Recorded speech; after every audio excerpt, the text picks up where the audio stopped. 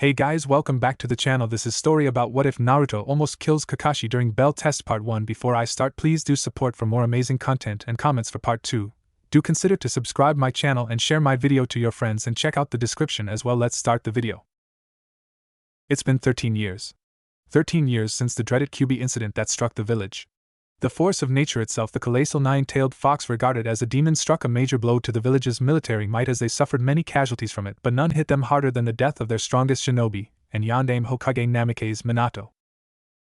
But in its place the village might have gained something or someone far greater. And that something that was far greater was in the hands of one Shimura Danzo.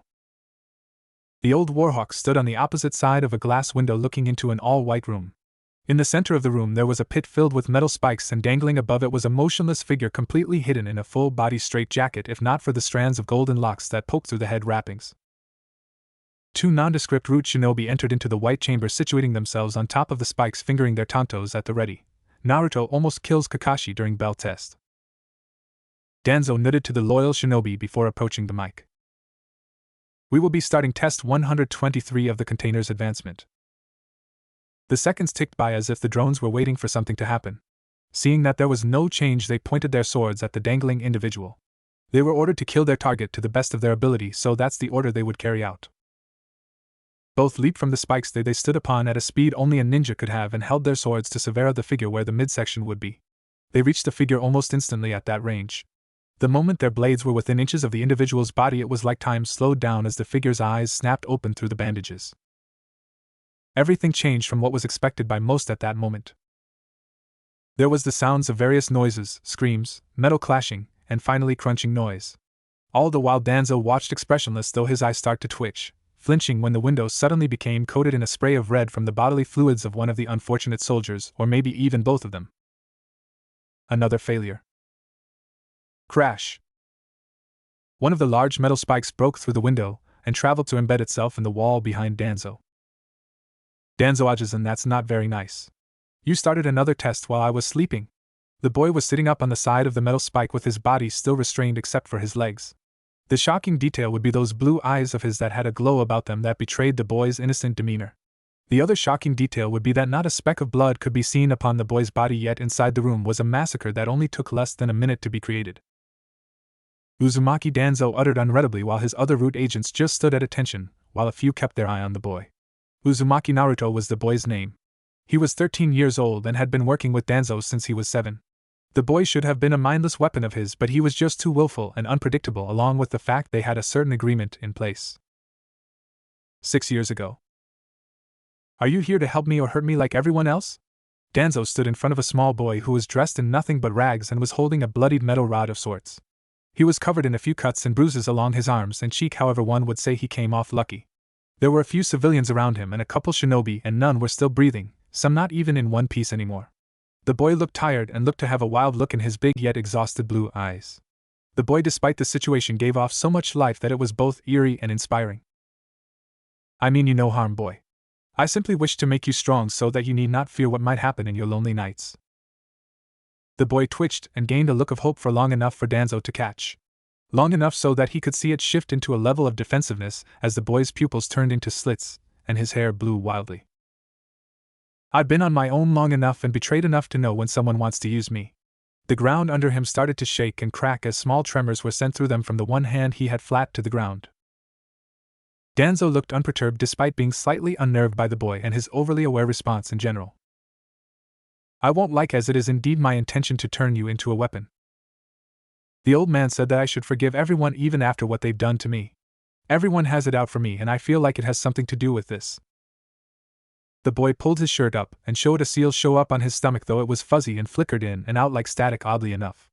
Danzo's eyes widened slightly at seeing the boy even away of the seal. The boy grinned widely at seeing the man surprised. I'm a kid, but I'm not stupid. You were on the old man's old team, right? You know what this seal is all about, don't you? Is that why you are here? You come at a moment when I'm weak to give me an off? You probably also waited till I should enough promise? Danzo started to discreetly pump chakra into his other eye in preparation. This boy was too smart for his own good. There was no way he would be able to harmlessly convince the child this time. The boy stood straight and pointed the rod dead at Danzo. Hold on, you don't have to use any jutsu on me, you haven't even heard my answer yet. Danzo almost visibly stumbled at getting called out. He could sense my use of chakra? If he was more knowledgeable, then he might have even been able to figure out that existence of my recently acquired Sharingan.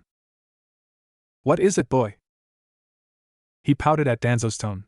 My name is Uzumaki Naruto, not Boy Datebale. I'll become this village's weapon if on the deal that you explain what this thing on my stomach is and that you give me some kind of compensation, whether it's food or money, so I can live better. Danzo thought it over, believing it was simple enough, but frowned.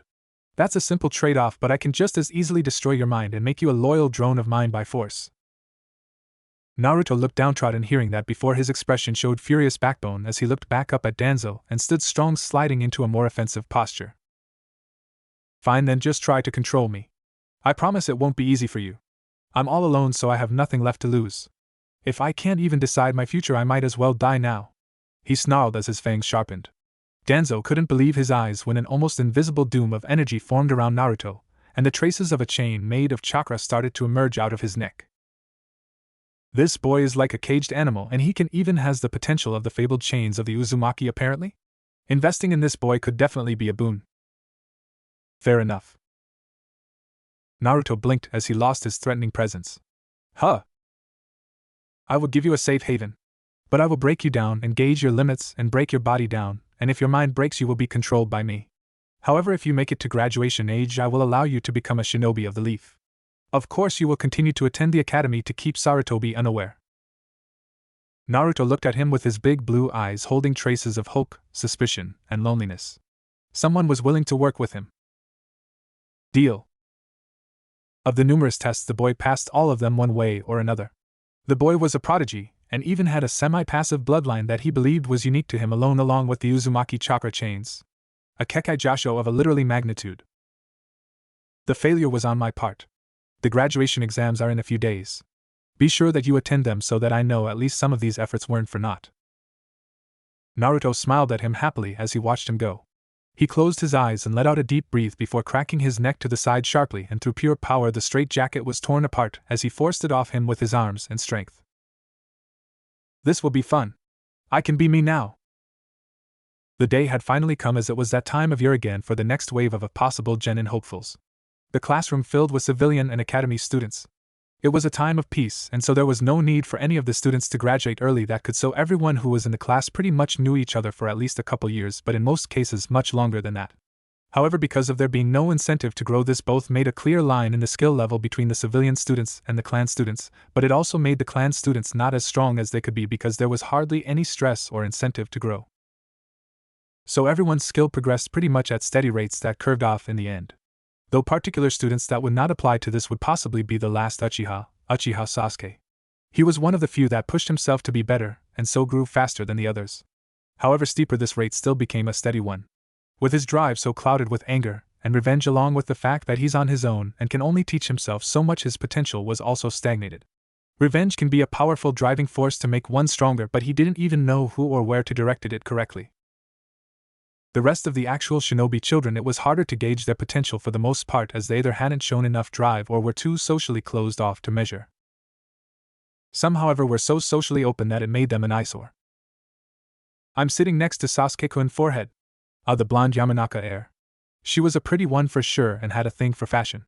However, though she was from a prominent clan and an heir, she couldn't be discerned much from a civilian student outside of her clan techniques. She was just too distractible and had quite the mouth on her. One could only hope that will change.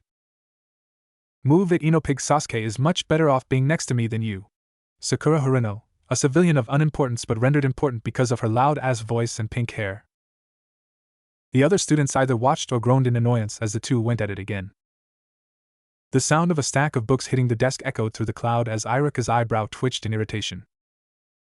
You two be quiet and sit down. They flinched in fear as Irika's head grew to a comically large size for a second, as if to emphasize his irritation. He looked around to see the classroom die done, and nodded with a smile, only to notice another student wasn't present. Has anyone seen Naruto? The door slid open as a figure walked in slowly. Sorry, Irika-sensei, I was running late, but then I decided to just make a belated entrance like a common cliché in other fanfiction stories. A cliché in what? Wait, Naruto? His eyes widened while most of those in the classroom did the same to varying degrees. They all knew the Naruto who wore the I'm Special 1 size 2 small orange jumpsuit that with a few changes could easily resemble a onesie a baby would wear. The one in front of them was largely different though still had a certain oddness about him personality-wise, appeared much more in control of what he was doing and aware. He stood at 5'3", standing just a couple inches taller than Sasuke. His hair now went down to his jawline yet kept its characteristic spikes, now shading his eyes. Wore a high-collar orange jacket with black trim and zippers along the waist and breast. For pants he wore black jogger-type pants that narrowed at his ankles into his black shinobi sandals. Some of the girls blushed as not only did he look good in his clothes but he actually looked a little older and a lot more attractive in general. Naruto? Yes, that's me. He closed his eyes and smiled as everyone bombarded him with questions. Why are you taller? I'm just standing straighter. Why is your face and voice a little more mature now? I'm going through puberty. Since when? Last night? Why is your hair like that? I finally washed it. But it's like several inches longer? I know, right? Naruto obliviously responded in a happy tone, causing several to grow frustrated. Seeing that they wasted enough time, Iruka coughed into his hand. Alright Naruto, it's great to see you can perform the henge, that saves time. Now please go to your seat so we can get through the rest of class. He tilted his head in confusion. But Iruka-sensei, this isn't a henge. He turned to the sides and a poof of smoke erupted before the old Naruto they were familiar with, who was shorter, was seen. My old appearance has been a henge for the past 6 months, I guess? 6 months? They were all shocked and not all of them believed them. Iruka believed him but was dumbfounded as to how he didn't notice. Since I'm already here, I can do the other jutsu tests as well. Naruto turned back into his current self as smoke dispersed again. He put his hands together in the ram sign and strained a bit as a vein on his temple bulged. Iruka let out a breath as it looked like even with the changes Naruto's growth as a ninja hadn't really changed. Henge. Iruka was pleasantly surprised when there were 4 puffs of smoke and now there were 5 Narutos standing in front of him. The forms of 4 of them wavered for a second for a reason he wasn't sure, but that quickly vanished and they were from then on indistinguishable. Great job, Naruto. You must have worked hard before you could barely even make 1 clone, let alone the necessary 2. Naruto rubbed the back of his head and laughed as the clones dispelled, fading out of existence, getting Iruka's attention again. Yeah, this is still pretty hard for me to do because of my chakra after everything I've done. What about his chakra? Not the amount of it isn't the problem. Is it the demon? Well then the last ninjutsu for the test was the Kawarimi, right? Iruka nodded and Naruto got a sneaky look in his eyes. He put his hands in his pockets and fell back. When he was at a 45 degrees angle with the ground, there was a pop of smoke and a yelp of surprise before Sasuke appeared in his place, falling to the ground. Everyone's head snapped back to see in Sasuke's seat was Naruto with his feet propped up on the desk. Gee, I figured since the best went first that Sasuke can go now. He was met with glares from a few, primarily Sasuke and Sakura, and looks of astonishment from a number of others. He struggled a bit to prefer the clone technique but still formed more than the necessary amount, and was able to perform the other 2 jutsu seamlessly. And if I looked right, then his eyes were also closed when he did the substitution, and he switched with a living body, which is a whole nother level of difficulty that many jonin can't even do.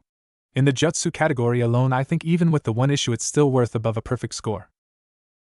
After that, the rest of the class proceeded with their own portions of the ninjutsu test, which only served to turn Naruto back into a social pariah but in a different way. Seeing the believed dead last perform the test so easily urged the rest of the class to one-up him, only for them all to ultimately fail, creating a wave of clout to their pride and self-esteem. Though a few weren't bothered by it. The only one who was able to successfully match Naruto was Sasuke in the clone jutsu, as he was able to create the same amount though with some slight straining for a different reason. He was able to do the other jutsu flawlessly but not without seals. But Naruto had already expected that. It did catch his eye, however, that the Hyuga heir could do a transformation without seals, and both Shino and Ino along with Sasuke were able to bring the substitution jutsu down to 1 seal, though with varying degrees of difficulty. He suspected that with Hinata's heritage that she may have been able to do the same if her self-esteem lasted enough to try, as she did it before she did the substitution. So really the only objects of potential strength he saw in the class overall were the Uchiha and the Hyuga for the specific category. Naruto held up his headband and let it dangle from his hand as he stared at it curiously, letting catch the light. He passed and was a major upset to the rest of the class. They expected he would boast and brag about it too, but what further confused some of them was the fact that he just looked on in interest as if it didn't really matter to him either way. His grades prior were almost completely trash. In fact, he was actually failing. His performance on the tests today were the complete opposite, however. He had over a perfect score on the ninjutsu portion. He earned an above perfect score on the physical tests as well and a high grade on the written tests. He also scored perfect on the projectile test, even though he somehow accidentally threw some of the kunai were flaws and rough marks throughout all that he did, but the things he succeeded in he far outpaced the majority of the rest of the class to where it didn't even matter. Iruka was congratulating them while also reading off their team names. Naruto leaned back in his chair as he had a feeling where he would be placed based on his scores. He had been failing the class. He only passed because of his performance in the test, so he was still the dead last. Team 7 will consist of Harino Sakura, Uchiha Sasuke, and Uzumaki Naruto. You will be led by Hatake Kakashi. Oh, Kakashi? Old man talked about him a few times. He tied his headband around his neck before leaning back and going to sleep. What can I find to eat? I could get ramen or I could hunt something. Now that I'm a ninja I can do either, and what's best is I have no curfew. Too bad old man Danzo had work to do tonight. Naruto walked through the words and found a small clearing with a stone in the middle of it. Deciding to eat later, he went and sat down on the stone looking up at the night sky. This is the start of when the rest of the world knows who I am. I might not have gotten this far the way that I am if it wasn't for the old man's help. Gigi helped too, but he's always busy with his Hokage duties. I bet everyone was surprised to see how I really am. I can't wait to see their faces when they see what I can really do. He sat up and crossed his legs while holding out his palm to look at. My peers will learn one way or another of what I contain. I guess it's about time for me to finally greet my tenant. He closed his eyes and went into a meditative state while still being subconsciously aware of the life around him. Centering his mind and lowering his breathing, meditating was something he had gotten used to over the years and was something he could do with ease. He opened his eyes again to see that the scenery had changed to that over a dank and dark sewer. In front of him was a massive gate with a seal array on its lock. What it contained was pretty clear to him. Well, it was easier to get here than I thought. So my container has finally showed himself. The voice, while not projected to be loud, still reverberated through the area as a massive creature approached the gate coming into view. It snorted when it took in the sight of Naruto. TCH, and only mildly decent. Hi there. Nice to meet you. The beast stumbled before it refocused and glared at him. Nice to meet you. Do you dare mock me? Do you know who and what I am? Naruto put his hands in his pockets and started to rock back and forth on the balls of his feet, almost like a restless child. But you are supposed to greet new people, right? That's how you make friends. Doesn't matter if you are human, animal, or demon. Raised and treated as the latter two more so than the first one, it makes no difference to me. So I say again. Nice to meet you, Kyubi. Naruto shrugged, honestly showing how little it mattered to him, though his gaze matured and sharpened when he said that last bit. The demon fox actually looked guilty for a split second before looking slightly irritated. And just why, might I ask, would I ever want to be friends with the dirty Nigen? Naruto stared at the scowling fox for several seconds. He then continued to do so for even longer, to the point that the fox actually shifted and started to feel slightly self-conscious. Why are you dash? Are you male or female or some other third thing? Some other third thing? Annoyed, the giant fox shouted at him. I am genderless. Why is that even important? I am a beast of chakra given consciousness dash. Now you're female. Wah dash. The fox's voice died as Naruto just dismissed the beast. Did you just assume my dash? Yeah, you are definitely a girl. Which is good though. With how rich and glossy your coat looks whenever you grow irritated, that shows that either that's a physical disposition, or you are covering up your appearance, which is harder to do so when you lose track of your emotions. Also, your scent is really nice and one of a female, and I mean this in a non-perverse way, but if I were a fox I'd be excited right now. I hate to say it, but you are a lot more intelligent than I expected. I get that a lot. Now then, will you answer me or not? He spoke in a serious tone again as the Kyubi sighed in defeat. HNN, I've already been sealed by a human. I suppose I don't have much more pride to lose. Its body broke apart into red yuki that swirled in a funnel kicking upwind while Naruto watched blankly. The energy condensed and packed down to coalesce into a female form. The figure was a young woman around the age of 10 with messy red hair and thick black eyelashes. Since she was of prepubescent age, her attractiveness could be described as cute more so than anything. Her nails were naturally shaped to be sharp like claws and her lips were flushed pink and pouty. She sat on her knees in a ragged, oversized white shirt to keep her modestly, as she glared up at Naruto from the other side of the gate. 2 little fox ears sprouted from her head with a matching tail. They're happy? Naruto stared at her with half-lidded eyes, showing a lack of interest which completely clashed with the fact that blood started dripping from his nose. This caused the fox girl to blush and start to scoot back defensively. Yes. Why is your nose bleeding? He wiped his nose and coughed into his hand. Sorry, lost track of myself for a second. Just so we can get this out there, you are legal, correct? I'm changing back. Wait. I'm sorry, I'll stop. Naruto tried to keep a smile off his face. He wasn't really all that sorry. But why are you a little girl? I thought you'd be older. I rarely have a need to take a humanoid form, so age takes a bit for me to get right. Most of you humans look the same to me. Good to know. Now then, how would you like to get out of here? What? Naruto's head snapped to the side for a second as his eyes narrowed and he turned serious. Hold on, I have to take care of something real quick. He vanished from the mindscape in a burst of wind, causing the small girl to cry out. Wait, you can't just say that then leave. Naruto opened his eyes as a figure jumped out of the trees to land in front of him. From their breathing he could tell they had been traveling a bit. Seeing the white-haired Chunin, Naruto looked on confused as they tried poorly to hide their contempt for him. Mizuki-sensei? Demo, I mean Uzumaki-san, what are you doing out here? I always wander the forests here. I feel at home in nature, especially since I never really felt at home anywhere else. Naruto answered with a degree of innocence. The answer filled Mizuki with a sick joy, while deep inside Naruto the fox stirred uncomfortably. So the demon brat really is all alone. As he should be. The perfect scapegoat. Hey Naruto-kun, as congratulations for passing your test so spectacularly, I am here to award you with this scroll of jutsu. It's filled with the strongest as a present for promising shinobi like you. He gave his best eye smile at Naruto while taking out a large scroll off his back. I already copied parts of the scroll, but I won't be able to get away with it all. Better to cut my losses and dump the blame on the demon. Naruto turned his head to look at the scroll and stared off at it for an awkward amount of time. Mizuki tapped his foot impatiently at the boy's lack of response, though he grit his teeth into a smile. What is it? What's wrong? It was only a matter of time before Umbu caught up and he was exposed. Naruto took a few more seconds longer than answering before his eyes shifted to Mizuki, having a calculating edge to them. Do you think I'm an idiot? Just how exactly did you get your hands on the forbidden scroll? Mizuki flinched at getting called out that fast. What? I get it. You betrayed the village and stole the scroll. Probably to take it to some other village where you can seek sanctuary. Not a bad plan. After all, you are a pretty worthless shinobi, so no village would ever take you in without some kind of deal. Mizuki's face quickly turned to growl at Naruto for insulting him in such an uninterested manner. So the demon shows his true intelligence. He summoned a giant shuriken and sliced it down on Naruto, who quickly somersaulted out of the way with a grace as he flew through the air and landed on a tree branch with his hands in his pockets. You just called me a demon. I believe that violates Gigi's law. Sorry, but for your piling up list of transgressions I have to kill you now. Haha, a cocky brat, aren't you? You think just because you are a ninja now that you stand a chance? I'm a Chunin, an elite ninja, while you're hardly a genin.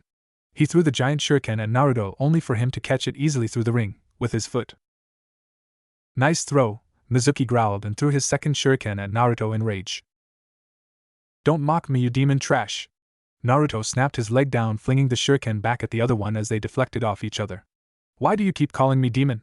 I didn't even do anything to you. Don't play dumb. Do you really not know? Mizuki jumped up onto the branch at Naruto with a kunai out. Naruto leaned from side to side, dodging them with a tired level of skill. 14 years ago, the nine-tailed demon fox attacked the village and massacred many, even killing our Hokage. In order to beat the demon, it was sealed into a small child. You are that child. You are the demon reborn. Mizuki grabbed Naruto's head in one hand before thrusting his other hand holding the kunai at his face, trying to catch him, while he was surprised. Instead, the kunai was kicked out of his hand sharply by Naruto's foot that shot up in an angle that showed his flexibility. Cool. But then if I'm a demon? He snapped his leg out again, hitting Mizuki's arm and shattering his wrist, causing him to scream out in pain. Naruto's eyes slitted as his hand shot out his pocket and grabbed Mizuki around his neck, choking him. Naruto jumped up in the air before spinning and throwing Mizuki down to hit the ground in a cloud of dust. The man coughed before he vomited blood when Naruto dropped from the air and drove a knee into his ribcage with enough force to break the bones and crack the ground beneath him. If I'm a demon, then how could trash like you ever even stand to me, let alone be worth fighting?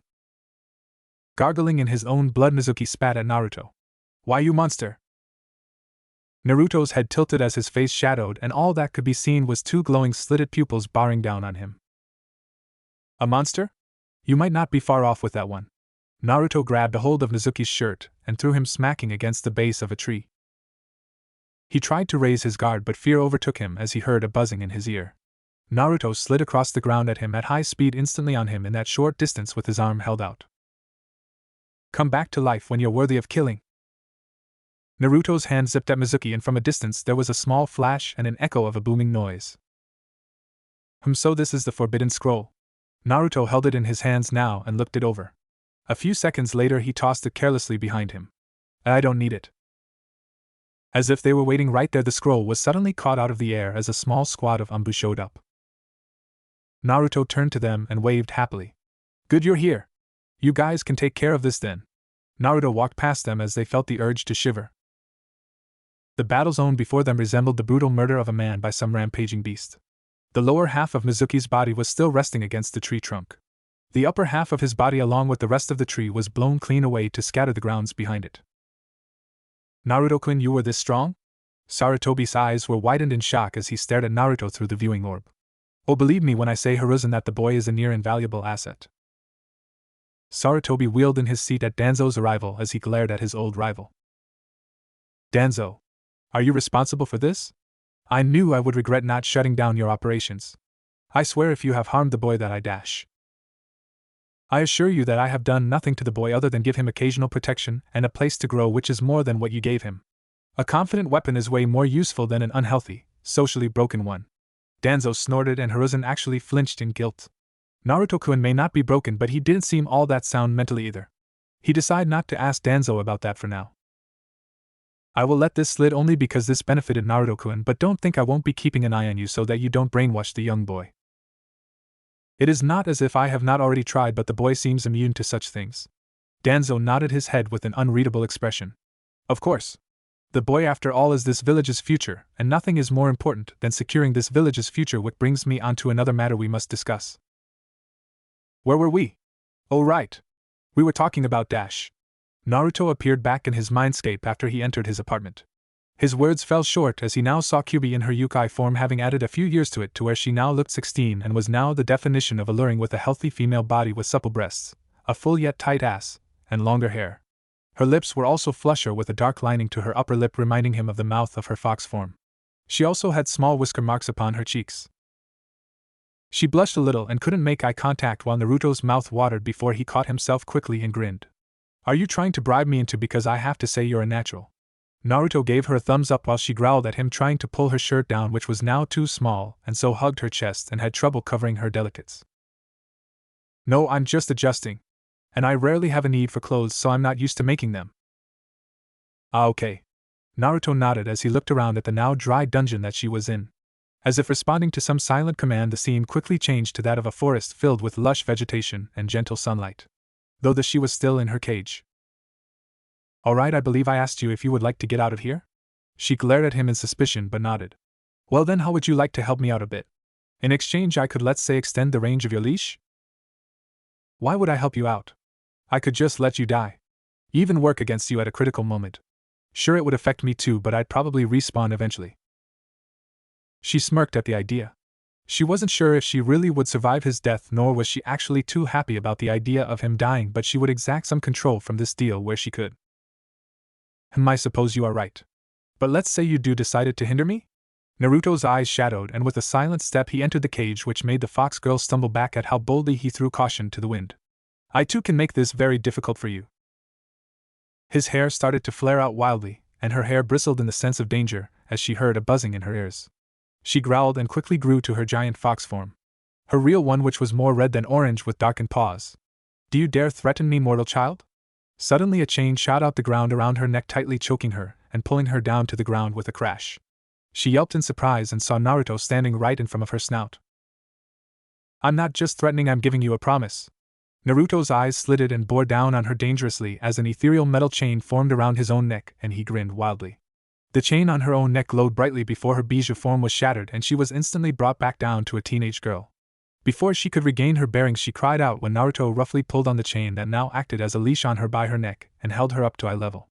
With the look in his eyes and with how fast the situation was switched on her, she actually felt a certain amount of fear. I'm smart enough to know that I can't take you on in a straight fight, but in here I don't have to. As long as you are my tenant, I can suppress you and drag you through the mud and tan your lovely hide with these same chains. He held out his other hand in a clawing motion, and it started to vibrate and glow white before he held it over his own stomach as the seal appeared and the area around them started to tremble and fall apart, and she twitched as she felt like she was being electrocuted. After a few seconds, Naruto removed his hand. I think it's clear I have other ways of making things worse for you here as well. So tell me now, will we be able to get along? She squirmed a little and shivered from his tone in her ears. It was sadistic, and she could feel him grinning. She nodded her head submissively, looking down. Good, now what is your name? Kuromi. Dark Beauty? Cute name. Akami seems like it would make more sense though, but I like it anyway. He let go of Kuromi, who now loose stood a little shakily fingering the chain collar and looking nervous. He smiled brightly, dismissing the previous tension. Now then, I ask one more time, would you like to get out of here? She bowed slightly and was a lot more agreeable this time. Why, yes. What would you ask of me? She felt disgusted with herself for her weakness, but at the same time she somehow for some reason enjoyed how her container actually had the balls to manhandle her like that. All I ask is that you be someone I can talk to. Her eyes widened and she looked up at him to see if he was joking. He gave her an eye smile as he rubbed the back of his head. I don't really have friends, and you are the closest person to me, and you probably know quite a bit about me already. I don't care if you dislike me as long as you don't act against me. I'd like to at least be friends, but if you don't want to, then that's fine as long as I can still talk to you. He genuinely just wanted to interact with her. She would get a degree of freedom, and the only catch was to help him and be his friend, which she supposed might benefit her too. Seeing her think it over while she subconsciously rubbed her neck made him drop the chain and look apologetic. Ah no, sorry. I went a little overboard there. She looked at him oddly for a moment before she started to laugh softly into her hand. Alright then, I'll be your partner, Naruto-kun. Naruto calmed down and gave a soft smile that radiated with hers. She had a blush on her face, though it was hard to tell in her small fox body. Remember, Kuromi-chan. If I die while your mind is outside my body, the backlash could destroy your consciousness. She was blushing because Naruto was topless, stretching in the mirror. He was quite toned, and while not built up since he was still growing, he was still quite lean and defined. All in all, a perfect specimen of health. I already told you I won't kill you. I'm just giving you a warning in general. I am a shinobi now after all, and though I don't plan on ever dying, there are dangers everywhere. She sat on his bed and turned into her yukai form while wearing a sleeveless black top that hugged her chest and had a zipper going up the middle and white shorts. The chain was thick and held around her neck now as a semi-permanent accessory to complete her look. She felt the black made her eyes and fur stand out more. She crossed her long legs, which Naruto stared at in the mirror for a second before putting his shirt and jacket on. A moment later his own chain appeared around his neck, though his hung looser. Well, let's get going, shall we? Hatake though is notorious for being late, but I don't want to be late just in case he shows up on time. She nodded and jumped at him, and in a swirl of energy landed on his shoulder as a fox kicked. His eye twitched as he glanced at her. Why did you do it like that? Because it's fun. Now I hope you put on a good show for your queen. Yes, my queen. He mocked her, but the tone he put into it was still enough to make her blush. Having a friend for once might have its benefits. 867, 868, 869 Sakura was watching Naruto perform continuous push-ups in odd fascination, while Sasuke just leaned against a tree and ignored them. It had been almost 3 hours since the time they were supposed to meet in the morning. Naruto knew Kakashi was notorious for being late, so he wasn't really all that bothered like his two teammates were. He decided to take a nap or light resting while he went into his mindscape to spend time with Kuromi. Mostly it entailed him making his mind more comfortable for her. After a good bit of work and just enjoying her company, Naruto left his mind while keeping up a mental link and went into doing push-ups. 900 few. He then moved himself into a handstand and balanced on one arm just to show off a little. Hatake, are you gonna just keep waiting in the tree, or did you think I started these exercises just because? This alerted Sasuke and Sakura as they heard a rustling in a tree ahead of them before Kakashi dropped out.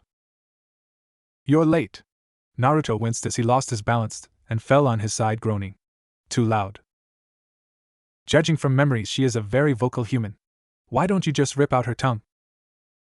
Because I have self-control?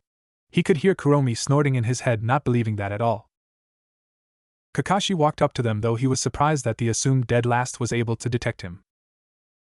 Sorry, I wanted to show up earlier, but I got lost on the path of life. Oh, that makes sense. I've lost my way on that path a number of times. Naruto said it in a ponderous way but still had enough implied meaning to make both Kakashi and Kuromi flinch. Well, since you all are here, let's get started.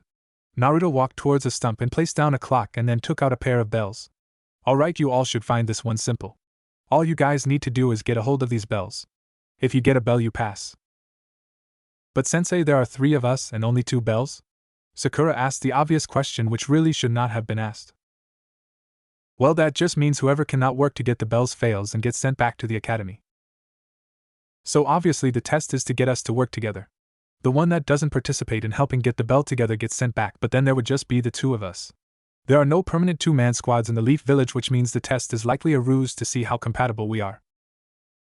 Naruto grinned mentally while Kuromi looked at him in their mindscape. Wow, you're kind of smart. Kakashi put the bells back on his waist. Alright, then you are free to use whatever means you have available to get the bells from me. You have 1 hour. Begin. They scattered from the clearing while Kakashi stood there without reacting as he had his nose in his book. After a few seconds he blinked to see Naruto standing in front of him, in the same way reading a book. You aren't taking this too seriously, are you? I could say the same to you. Kakashi nodded at the retort. Touché. Naruto looked up finally and pocketed his book. So you like reading porn in public? I prefer reading The Art of War. I don't read too often though. Naruto stood with his hands in his pockets and smiled. Well, I already figured out the point of this exercise, so it really doesn't matter what I do. Kakashi's eyes widened upon hearing that. Already? This kid is supposed to be the dead last of the academy, isn't he? But that won't stop me from fighting you. Naruto took out a kunai before charging at Kakashi. Set to impale his chest, Naruto's eyes widened when Kakashi suddenly vanished. The next moment his arm was held behind back with his own kunai pointed at his skull. It's not very wise to charge head-on at a shinobi like that who far exceeds your own skill level. Kakashi droned out in boredom.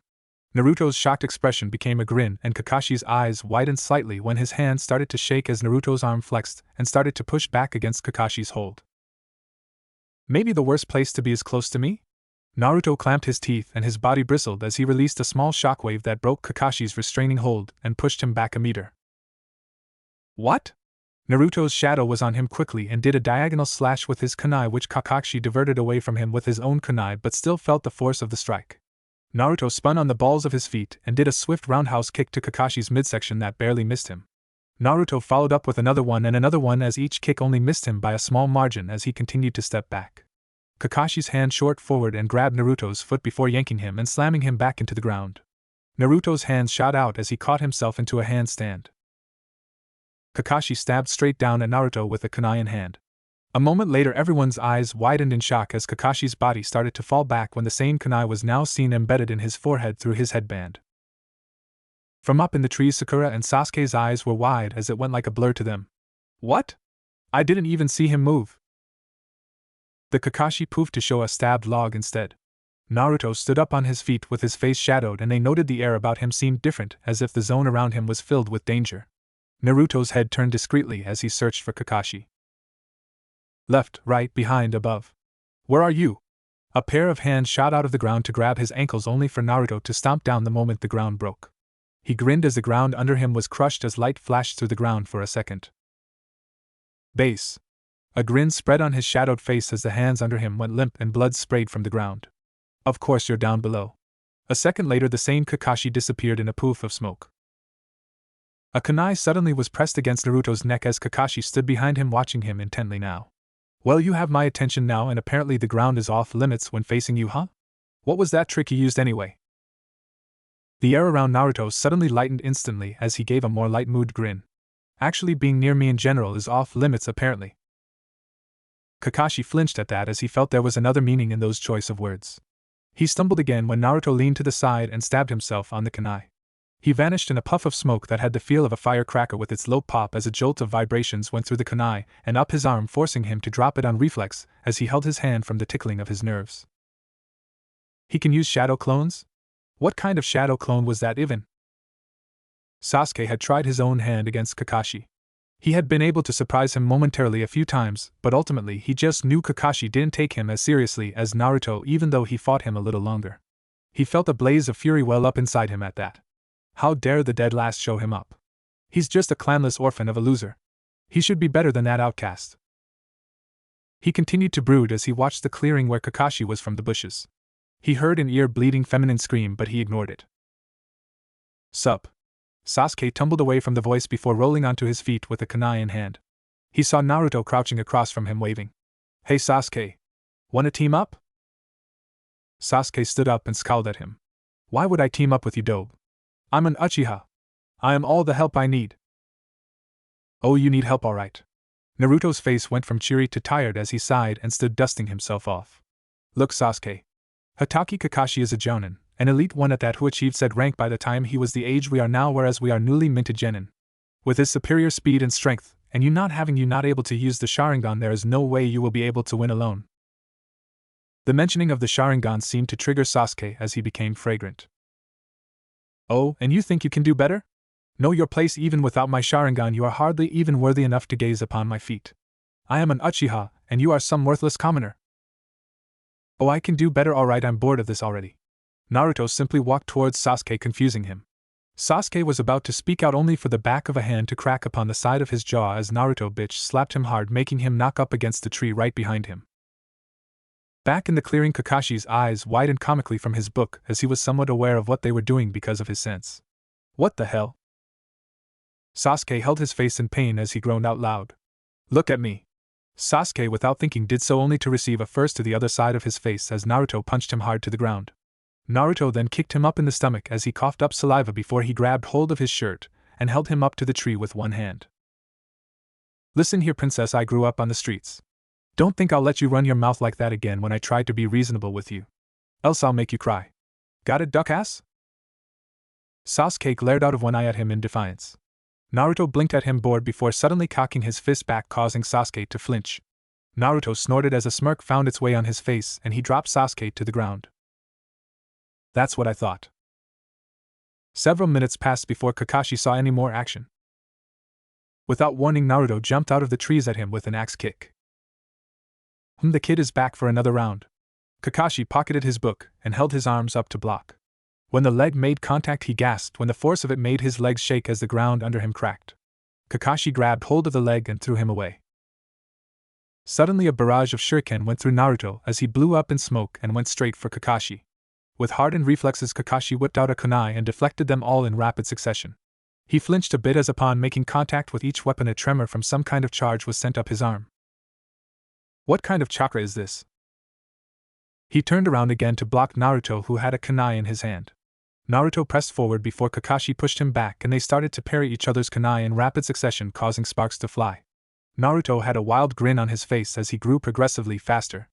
Kakashi started to sweat lightly as he held Naruto off. This speed, if it keeps up, I'm going to need my Sharingan soon. Naruto suddenly leaped up with a downward slash, causing Kakashi to block upwards. Kakashi was startled when he saw Sasuke kicking the spot where Naruto had just been with a sweeping kick. The jounin quickly stepped back while throwing Sasuke away and jumping to launch a kick right at the side of Naruto's face hard, all in a fraction of a second's time. Sasuke rolled onto his feet, while Naruto was sailing through the air away.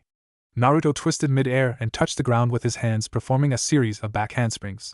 Naruto's fingers dug into the ground, leaving claw marks as he skidded back before dashing full speed at Kakashi, blurring enough to surprise him again. Naruto somersaulted forward with a double stomp at Kakashi's arms as he guarded, causing him to skid back a meter. You are very light and quick on your feet for a genin. Naruto's canines gleamed as he grinned widely as a trail of blood dripped from the corner of his mouth, showing that Kakashi's kick did in fact connect. Thanks. Been a while since someone scored a solid hit on me like that. Naruto pushed off and a building of chakra could be felt along with the sound of hand seals. Kakashi was able to look behind Naruto to see Sasuke going through hand signs he was familiar with. Fire jutsu? A fresh genin should not have enough chakra enough for that. Kakashi then saw Sasuke's line of sight and saw it was on Naruto. Is he trying to kill him? I thought his positioning earlier was just a coincidence.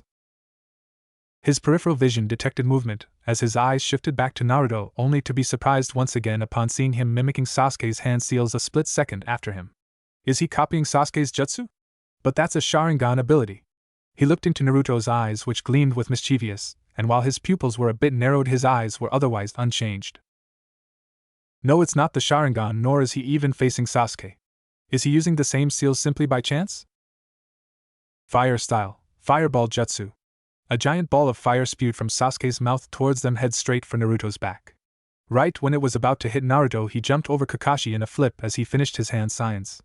Kakashi ducked under the fireball as it went up ahead behind him where Naruto. Right when it was a meter from Naruto, his cheeks bulged before he let loose an instant shockwave from his mouth. Defying logic.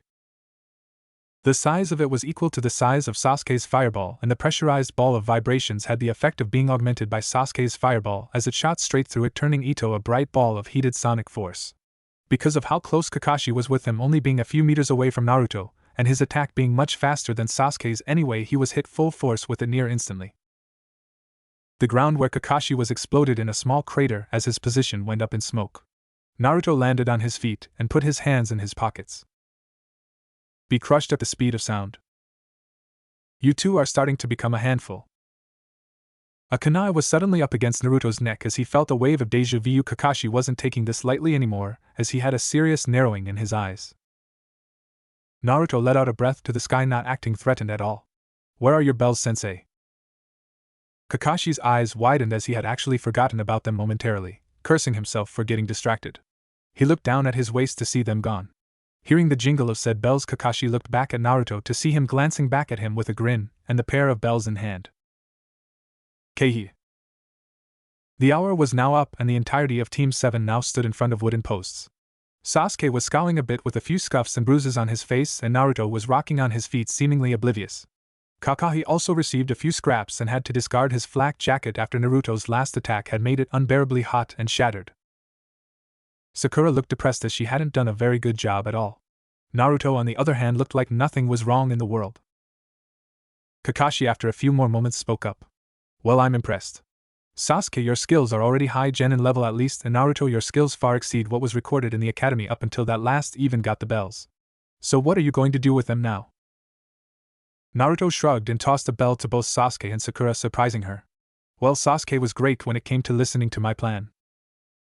And what was your plan? To kill me. Kakashi almost lost his footing upon hearing that. What? Naruto held out his hands and gained a dark and crazed look on his face. I knew that the chances of Sasuke willingly fighting with me from the start was very low, so I gave him some incentive. I knew that he would have little issue with trying to harm me, so I used that to my benefit. If Sasuke kept aiming for me or aiming for you through me, you would be concerned with what our goals were and grow distracted. I have a sensor-type ability where I can feel the disturbances in air and sound around me, so I can feel Sasuke's movements even without being able to see him, which makes it easy to avoid and also lets me know what hand signs he is using. Their eyes widened at that, as that was an incredible defensive sensory ability to have. Kakashi wondered where such an ability came from. If the boy used it right, it could serve as a counter to Byakugan and Sharingan users potentially. He was concerned with how willing Sasuke went with such a plan though. But then why, when you used the same hand seals, did you use a different jutsu? Naruto chuckled and scratched his head at the question. That actually is just my version of it. See, I have a problem with my chakra in that I have trouble separating it into different basic natures, but at the same time my chakra passively isn't normal. It's basically like disturbed chakra, as it's audible and shakes a lot. Hard to control and hard to grab hold of to separate. Kakashi was surprised, as that likely meant the boy had a bloodline, though the control issues could be a problem. Well, then I'll note that for later. Why did you give a bell to Sakura though? Surely she didn't help out in your little plan at all? Sakura flinched and looked down at her feet. Naruto simply tilted his head and blinked confused. What are you talking about? Of course she helped. She was able to distract you long enough to where I could form my plan with Sasuke without you being aware of half of it. If she never fell prey to your genjutsu, that wouldn't have happened. Sakura's eyes widened, as did Kakashi's, though for a different reason, as he felt his blood chill a bit. He knew Naruto was lying, but it was also saving face for his teammates. It was likely he just manipulated the situation so that Sakura could benefit as well without her knowing, but that wasn't what bothered him. What put him on edge was the fact that Naruto somehow was aware of the jutsu he used on Sakura even though he was nowhere around at the time. It raised the question as to whether Naruto had some kind of stealth talent he didn't know about and was able to stalk him without him knowing, or that his apparently sensory abilities' range extended far further than he had assumed. Yep, so anyway, Sakura helps, so she gets a bell. Kakashi just decided to chuckle, waving off the information for later. Well then, so those two pass, but now you fail and have to go back to the academy. PSSH, you and I both know I'm not going back. You told us those who got the bells would pass. Well, I already got the bell, so I gave it to them so they could pass. Besides, the bells weren't the main objective anyway. You wanted to see if we could work as a team. I'd say my decision at least shows there is hope. His two teammates looked confused, whereas Kakashi beamed happily. That's right, the goal of this exercise was teamwork. Thereafter are number 2 or 3 man official cells in Konoha, so if one of you failed, you likely all would have been sent back. I'm under the firm belief that those who abandon the mission are trash, but those who abandon their friends are worse than trash, so if you can't even work with your teammates, then I have no problems with failing you all. You guys didn't do great altogether, but you did do good enough for me to pass you. He glanced specifically at Naruto when he said that. Who? Naruto pumped his fist to the air. Hokage's office. Jounin had gathered to give their Hokage their reports on whether or not the teams they were given passed or failed. There was also a number of other Jounin there who were only present to be informed. So teams 1 to 6 were all failures. The Jounin in charge of them, some looked abashed. Sarutobi, the Sandaime Hokage of the village, sighed tiredly at that. Tot was already about 60% of the teams.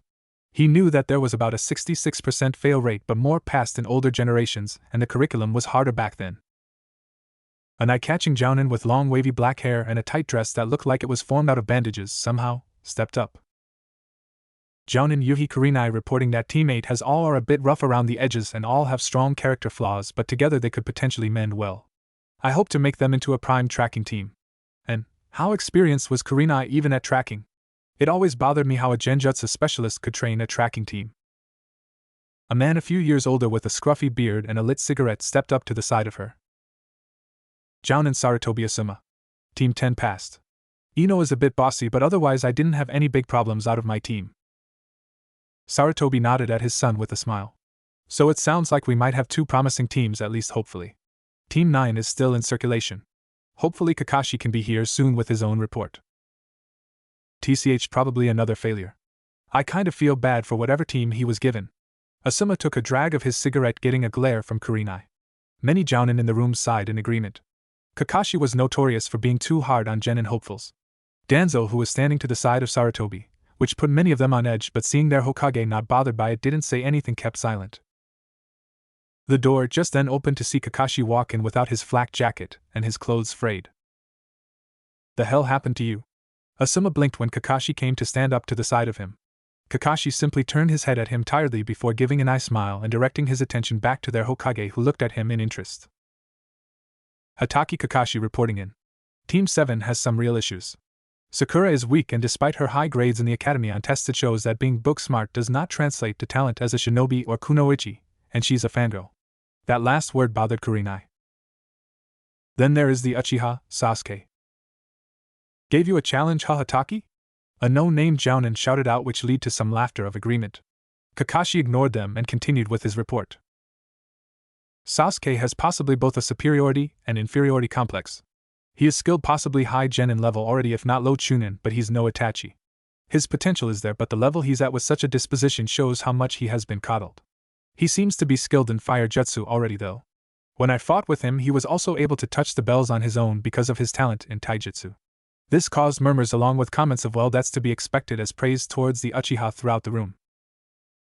And then there is Naruto. Scowls showed up on the faces of many in the room, which the 3 Jounin along with Sarutobi and Danzo took note of.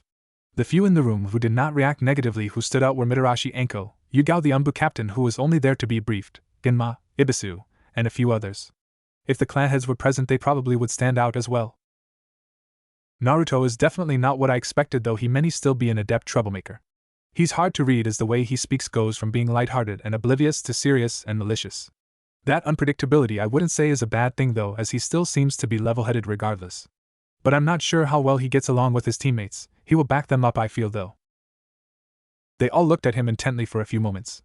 But when nothing happened and instead he took out his porn novel and started reading, a tick mark appeared on Kurenai's head as she shouted. Well, are you going to tell us what happened to your vest? Kakashi looked up as if he had forgotten where he was, to which Sarutobi and Asuma chuckled. Oh right, how could I forget? Well, Naruto destroyed it. In terms of raw combat ability, I would say Naruto is both more skilled and stronger physically than Sasuke, maybe even faster, but definitely more agile. He was able to hit me with a booby-trapped shadow clone of some sort, which he apparently can also pull off easily, and could exchange in a kunai duel with me at high speed to the point I almost need to use my Sharingan. The boy also has some sort of sixth sense. When I tried to get him from underground, he simply stomped, and the ground under him impacted and cratered. It was a good thing I used a shadow clone for that. Everyone's eyes widened hearing that. The dead last was actually skilled? He was even able to get Sasuke to work with him to help get the bells from me. Though how he did it was basically physically beating Sasuke into submission via repeated punches to the body and face, I believe. People didn't know how to react to that, as that was just so unexpected. Enko and Asuma, however, just started laughing to themselves. Well, he and Sasuke fought me. Naruto showed a recklessness for his own life, as he basically told Sasuke to do what he could against me, even if that meant going through him. But that might not have been a terrible plan, as it distracted me for his safety, and Naruto apparently has a talent as a sensory nin. He apparently has an ability to feel all the vibrations and movement in air around him to avoid danger. Also, the boy may have a special ability, or maybe even a bloodline, because with the uniqueness of his jutsu along with the sensory ability I mentioned, it all seems to be related to sound, possibly more. What happened to my vest was basically the result of Naruto expelling a shockwave from his mouth at almost point-blank range that was enhanced by a fireball jutsu. Its speed was very fast and destroyed my vest and could have injured me a great deal. Its range probably isn't great, and it appears to have some defensive applications, because earlier in the fight when I tried to land a kunai on him, he somehow instantly reflected it back at me with an almost imperceptible but instinctive pulse that sent the kunai back at my skull. Once again, it was a good thing that I could substitute on reflex. Sarutobi resisted the urge to look back at Danzo, as he could feel a wave of indifferent smugness on his back. So Danzo was right about Naruto-kun being more than he appeared. I have to make sure he didn't sink his claws in him, though. Well, that was pretty easy. Naruto laid on his bed as he played with ninja wire between his fingers. Kuromi was sitting at his desk in front of a mirror in the room combing her hair.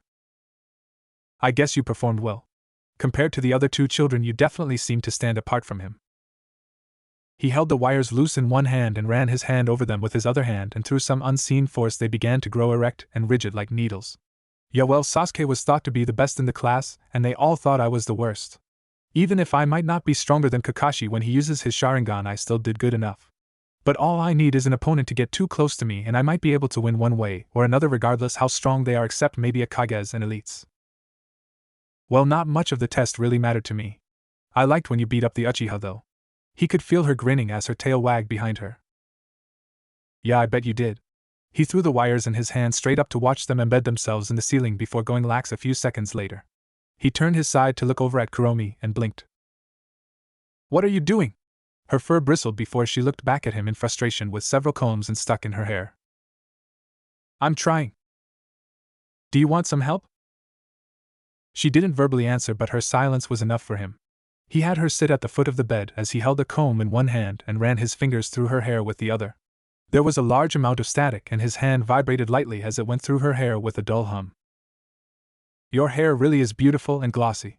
She blushed at the praise but just pointed her nose up and huffed. Well, would you expect anything less from the queen of the bijou? Hard to believe that despite its appearance it's so matted. Like the only thing you've ever used to comb it was your tongue.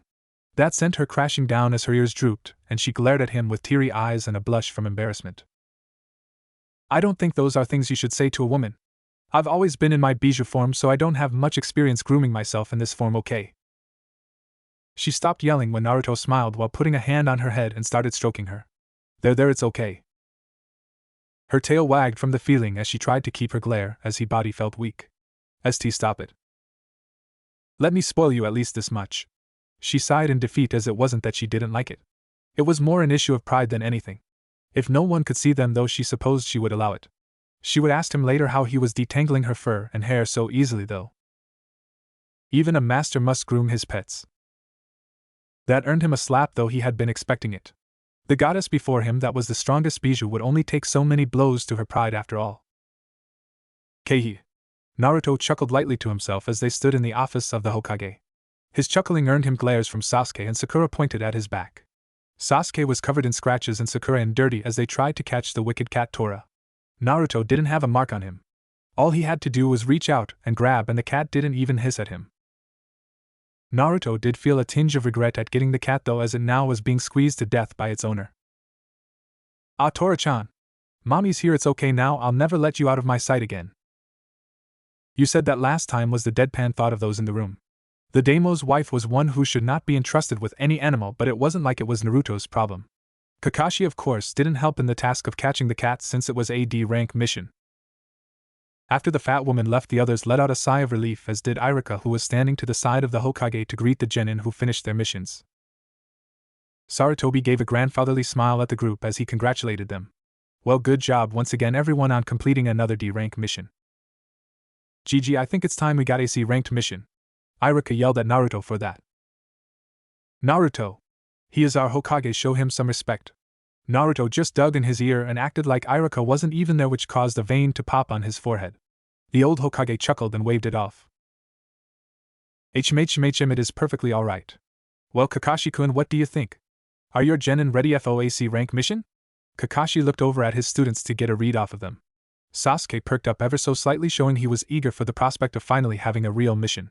Sakura looked unsure of herself as she stood silently. He knew that if Sasuke went, then she would fall in as well. Fangirl mentality after all.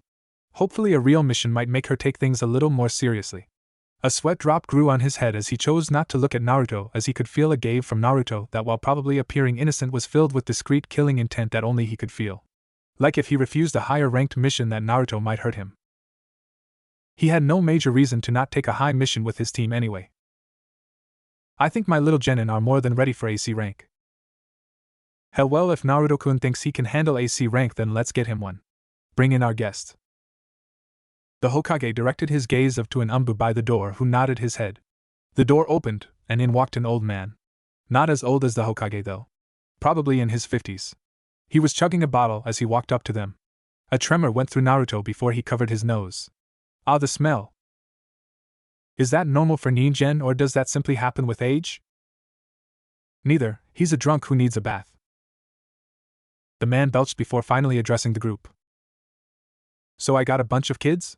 One looks useless, the other pigeon-toed with a duck-ass for hair. I'd say the blonde looks alright, but he looks like he's about to keel over. Sakura's confidence was hurt, while Sasuke subconsciously touched the back of his head.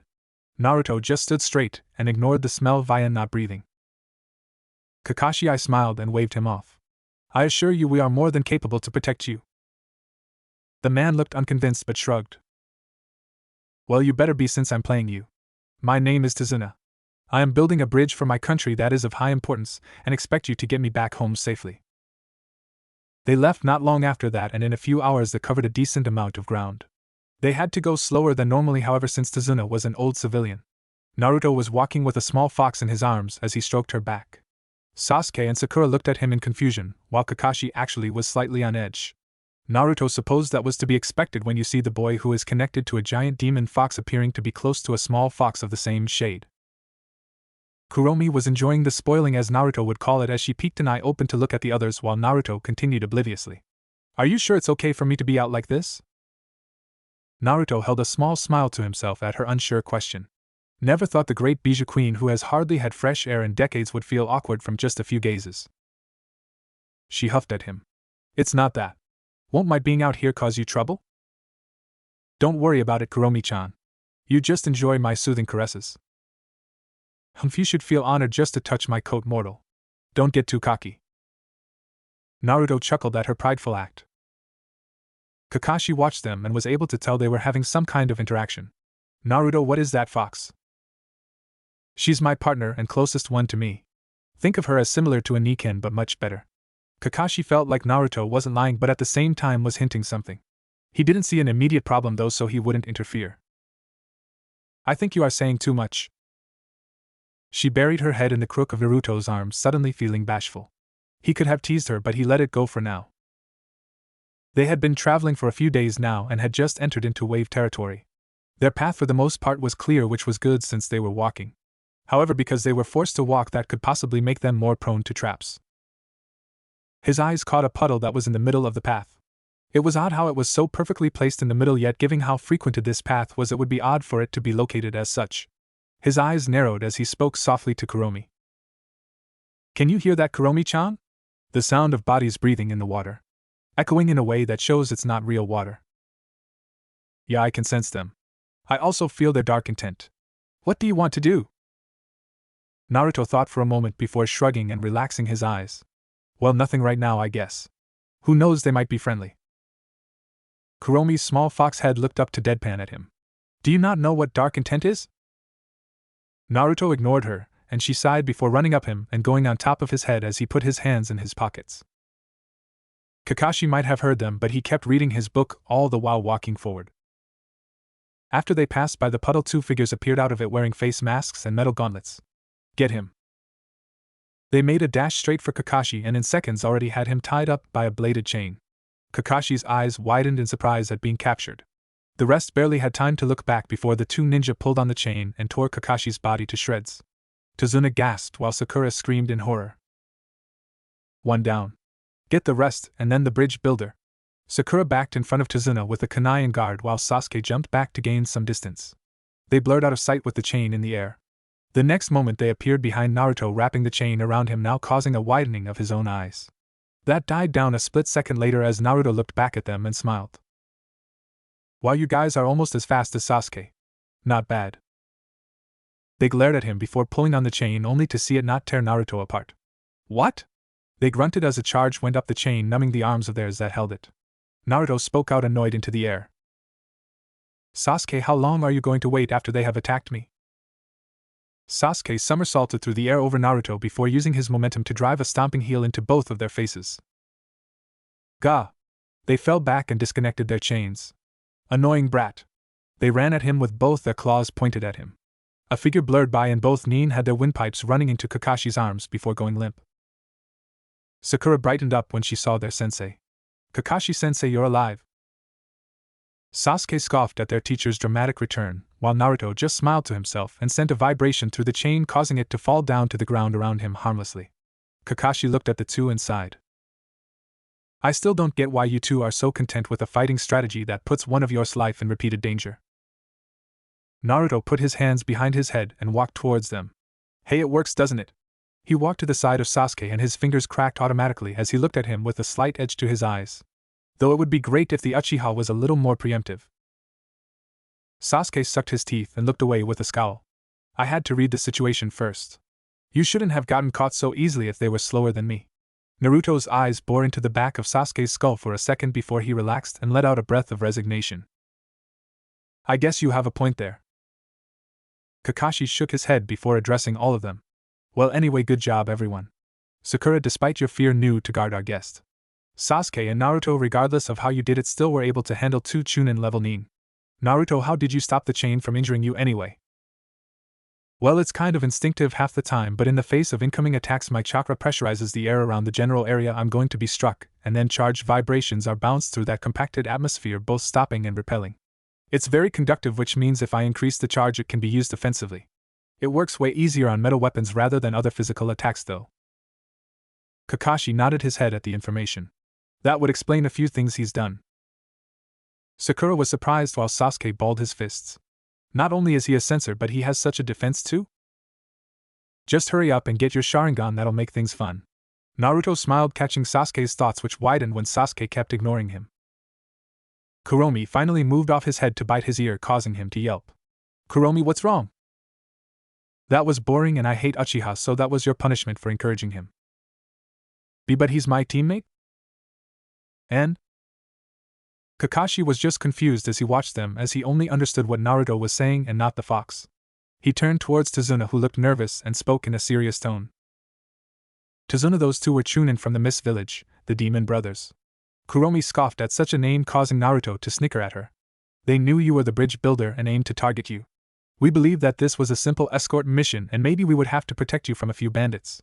The fact that there are actual ninja after you could potentially elevate the rank of this mission and put my team at risk. Tazuna sweated at being caught before just coming out and telling them the problem. He told them about Gato and his town, and how resources were scarce, and those that they had were being drained. Well, this is definitely a B-rank mission now at least. Kakashi stroked his chin, thinking about what the course of action should be. I say we keep going. This is my first mission outside of the mission. I won't be too happy to have it go on record that my first real mission ended in retreat. Naruto shrugged. Well, that's how you feel, but what about the others? Kakashi looked at his other two genin to see their responses. Sasuke nodded as well in agreement. As much as I hate to admit it, I agree with the dope. I as an Uchiha can't afford to have such a mark on my record either, so I say let's continue. Sakura was the only one who looked unsure of herself but agreed because everyone, mainly Sasuke, did. Kakashi clapped his hands. Well, I guess today is your lucky day, Tizuna. They had gotten much further into wave after riding a boat to where the landscape had gradually changed. Now the air was more humid and a thin mist started to build.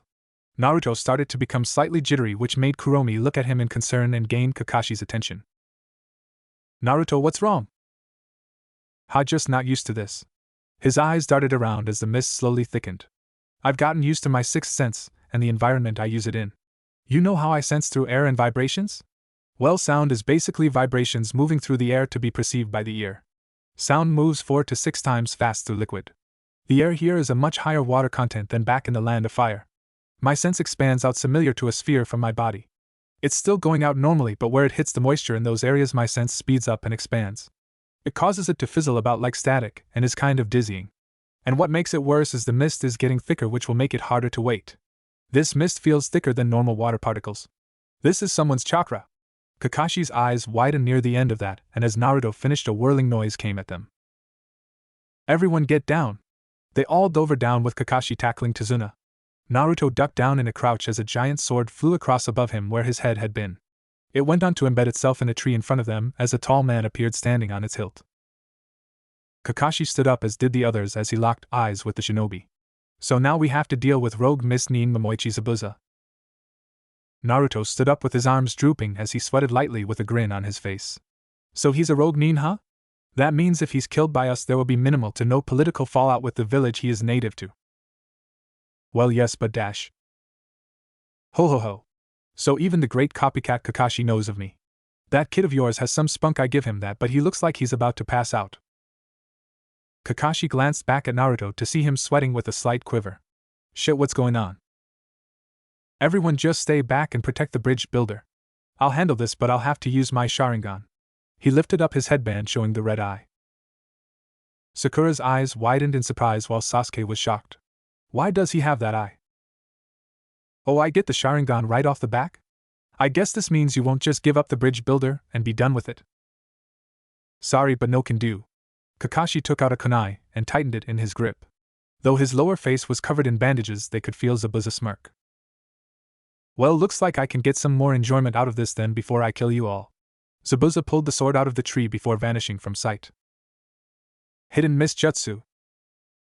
As the voice intoned, the mist around them thickened rapidly until they had near zero visibility. Pretty soon the mist made it so they couldn't even see Kakashi, who was a few meters in front of them. Tizuna was fearing for his life as the genin guarded him. Sasuke's eyes darted around trying to spot any danger. Sakura had worry present in her voice upon feeling the unease. Who is this guy? There are 8 points. A chill went down their spine upon hearing Zabuza's voice.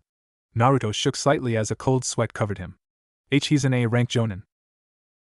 Larynx, spine, lungs, liver, jugular, subclavian artery, kidneys, heart.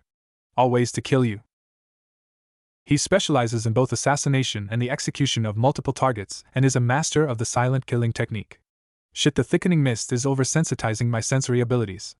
It's ruining my nerves. Not bad, the kid knows his stuff. But how far will that get him? Kuromi leaned over from on top of his head and looked him dead in the eye, angry. Naruto-kun, don't you dare embarrass me here.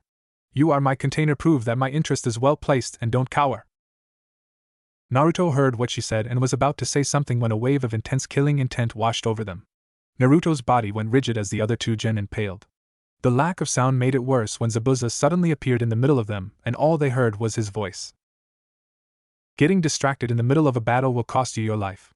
Moving automatically, Naruto pushed Tizuna back and kicked Sakura and Sasuke away. A split second later, Zabuza's giant blade tore through his midsection and bisected him. No!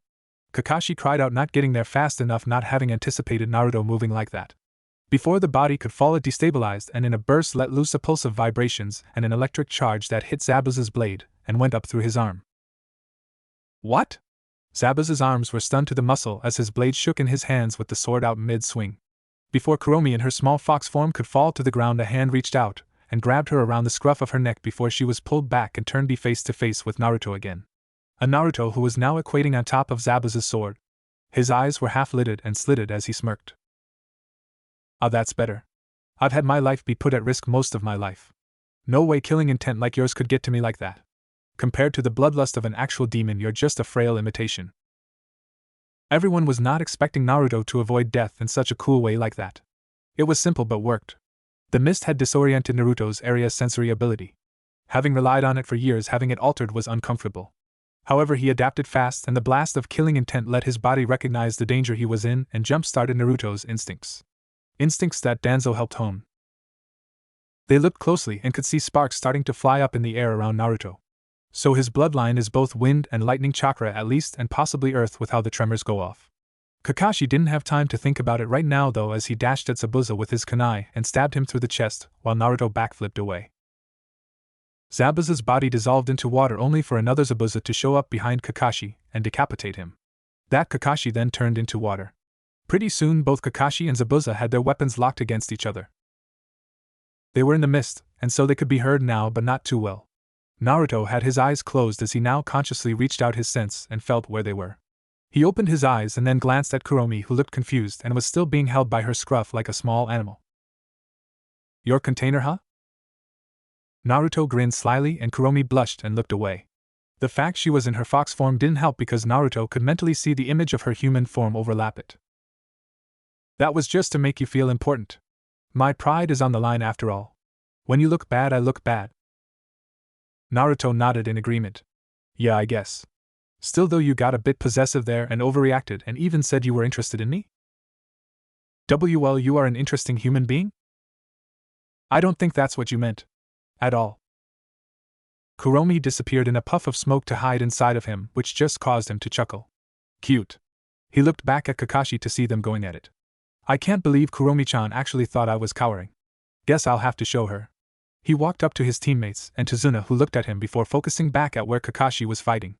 "So do I get any ratings for that performance? Really? Nothing? Alright then." Kakashi and Zabuza traded blows as they dueled. "That kid of yours is actually kind of impressive, Kakashi." "Yeah, he may be reckless, but I suppose if he is tasked with protecting the team in my stead, then I don't need to worry." "We'll see about that." Zabuza suddenly let go of the sword and kicked Kakashi, sending him a good distance into the air and to the lake next to them. Kakashi glared as he pulled himself out of the water. "Damn it, he surprised me. Why is this water so dense?" "Because it's a trap, dumbass," he gasped when Zabuza was already standing on the water behind him. Suiro no Jutsu, water prison technique. Kakashi was submerged in a sphere of water and was quickly rendered of the ability to move. "Shit, I got sloppy." "Hee, you aren't getting out of this one, Kakashi. Now for the kiddies." He made hand seals with one hand and formed two water clones. "Guys, don't worry about me. The water clones can only go so far from their caster. Take Tazuna and run." "No can do, sensei." Naruto walked up to the two Zabuzas with his hands in his pockets. "This can't be that hard. Play the secret ingredient called victory." One of the Zabuzas scoffed at him. "You're a cocky brat, huh?" Both Zabuzas swung their blades at Naruto's chest and neck only for them to explode into droplets of water. "Zabuza, I actually have to thank you. Your mist was so dense that it affected my sensory abilities and both diffused and conducted certain properties of my chakra. Thanks to that, I am able to finally separate my lightning chakra out separately from my bloodline. So really using water constructs against me wouldn't be the smartest thing right now." Naruto was one who was beginning to be seen as extraordinary in their eyes. "Sasuke, you ready?" Naruto took out a giant collapsible shuriken and tossed it to Sasuke. He looked at it confused. "A Fuma shuriken? You should know what to do with it." Sasuke rose an eyebrow before looking over at Zabuza. The nin's movement appears to be restricted by the jutsu he is using on Kakashi. He is still capable of doing one-handed seals for jutsu, but his mobility likely can't change. "Which means you're a marked target." Sasuke hurled the shuriken at Zabuza with all his strength as it zoomed over the water. "The kid has great aim, but don't think I'm an easy target." Zabuza jumped off the water without removing his hand from the prison, avoiding the giant shuriken. "Is that the best you kids got?" "PSSH, no." Naruto scoffed as he formed with his hands the bird's seal and then held them in the snake's seal at instant speed. "Don't have a name for this yet, so I'll just respond, right back at Cha." He closed one eye and concentrated on his seal and chakra. There was the sound of buzzing and Zabuza looked back to see the shuriken slow in its travel before it hovered in place and shot back at him. "What?" It hummed straight for his waist again. Zabuza backflipped in place without ever removing his hand as it was skillfully dodged. The same childish trick won't work again. Naruto let go of his seals as he stood straight up and with one hand formed the elemental seal for lightning, a closed hand with the index finger and pinky out. With that seal he pointed it straight to the ground in a directness and level of calm that could be described as cool. Even my childish tricks outsmart you. When Naruto's hand seal pointed down, the shuriken that Zabuza dodged went straight down, sticking halfway into the water where he had been standing, and spun like a buzzsaw. Zabuza landed and looked down at it surprised. It started to shake and glow before it destabilized. For a split second it took on the outline that was reminiscent of Naruto before it expanded in an electromagnetic burst. VSSH. Gah! Zabuza's body seized up as it stunned him, and he let go of the water prison. Losing his balance, he fell down into the water. Kakashi gasped as he was now free of the prison and was crouched on top of the water. The others let out a sigh of relief while Sasuke smirked. Naruto put his hands behind his head and relaxed as he walked a step in the edge of the lake. Well, that was fun. Not that hard though, clearly Rouge Nin just aren't ready for me yet. You! The water erupted in front of Naruto, destroying the calm and alerting the others again as Zabuza had his sword held high with murder in his eye. He cleaved down to split Naruto in half. It's the braggarts that die early. Shush. Zabuza's eyes dilated as his blade was blocked by two palms holding it at the sides. The ground cracked under Naruto from the force of the swing. He looked up dead at Zabuza, blasting his own killing intent with finely slitted pupils. Sound travels 4 times faster in water. Zabuza pushed down harder as Naruto's arms shook and he grinned excitedly. A second later, Zabuza's eyes bulged as he gasped when something thick and metal hit him sideways in the midsection and he was knocked away. He skid back on the water holding his stomach. When he looked back at Naruto, he felt a chill to see a thick metal chain of chakra coming out of Naruto's backside and waving about. That chain! That's impossible. Boy, what is your name? Naruto thumbed his chest and relaxed again. His headband gleamed on his forehead. My name is Uzumaki Naruto. Konoha's ultimate weapon. And Uzumaki? There are still young ones around? Zabuza didn't have time to think about it much before Kakashi spoke up, standing in the water behind him. How pathetic to have a fresh genin outwit the great demon of the mist. Zabuza remembered he was there and scowled at him. Kakashi glanced over at Naruto, hiding his amazement. He is full of surprises. He formed a plan with Sasuke, quickly giving him the demon wind shuriken and threw it at Zabuza. By doing so, it diverted attention from him so that Zabuza was less likely to sense the chakra being used right away. Along with that, he made it seem like he gave Sasuke an actual shuriken when it was actually one of those disrupting shadow clones shaped into one. Then displayed how connected he was to his own chakra to be able to change the course of the projectile in mid-air whether it was a clone or not. He has a careless personality, but that may also be part of a facade, as he purposefully stepped in the water to sense where Zabuza was at a higher rate before he attacked. But on top of that, he has those chains that I've only heard of. If they are what I think they are, then they have nothing to do with the fox, and I'll need to ask the Hokage some questions when we return. Zabuza started forming hand signs and grew uneasy when Kakashi imitated him simultaneously. Suetun, Suryuden no Jutsu. Both shinobi summoned giant water dragons from the lake to do battle against each other, only for it to end in a stalemate. Zabuza narrowed his eyes through the spray of water. Let's see how he handles this then. He started forming more hand seals for another jutsu, only to freeze up when he noticed Kakashi doing the exact same again. Damn you, stop dash! Copying you? Sorry, but I already know this jutsu. Kakashi finished the seals while Zabuza was distracted, all the while Naruto watched their every movement with rapt attention. Suetun, Daibakufu no Jutsu.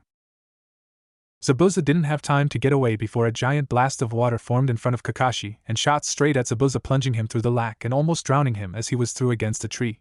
After the water receded back to the lake, Kakashi held out a kunai ready to end this. Naruto's hair bristled as he felt something and his head snapped to look to the side. A moment later, 2 Saban needles shot out the trees to hit Zabuza in his neck as he slumped over painless. The others went on guard again as a lone hunter Nin showed up. He held his hand up as feeling the unease. I mean you all no harm. Sorry to intrude, but I have been on Zabuza's trail. I suppose if that's the case, then since you killed him you have the bounty rights. Kakashi signed as he pocketed his kunai. The hunter thanked him, but their words fell short when Naruto walked up. His hands were still in his pockets and his posture relaxed, but the threat in his aura that he gave off caused the hunter to respond the same as tension built between them. Even if you were on his trail, this wasn't your battle. To interrupt only at the end like that and steal a man's prey. Well, that can be seen as flat-out disrespectful. Naruto looked at him critically as the hunter looked at him the same. Kakashi looked between the two curiously. He's the same age as Naruto, yet he's an elite assassin. Yet even though Naruto is outranked, they give of the same threat levels. Who is this kid? Even Kakashi wasn't sure which kid he was referring to at that moment. Naruto, stand down, it's fine. Naruto obeyed and lost his edge instantly as he turned on his heel and walked back to the others. The hunter Nin nodded his head. Thank you, and once again I apologize for my rudeness. With that they shined away with Zabuza's body.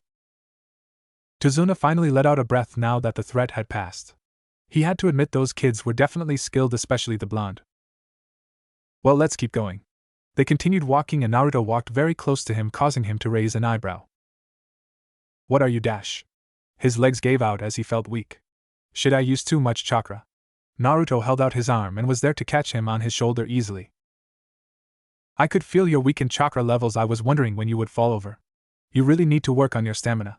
Kakashi glared lightly at Naruto for the berating but was too weak to say anything about it. Naruto swung him around like limp luggage as he turned to Tazuna.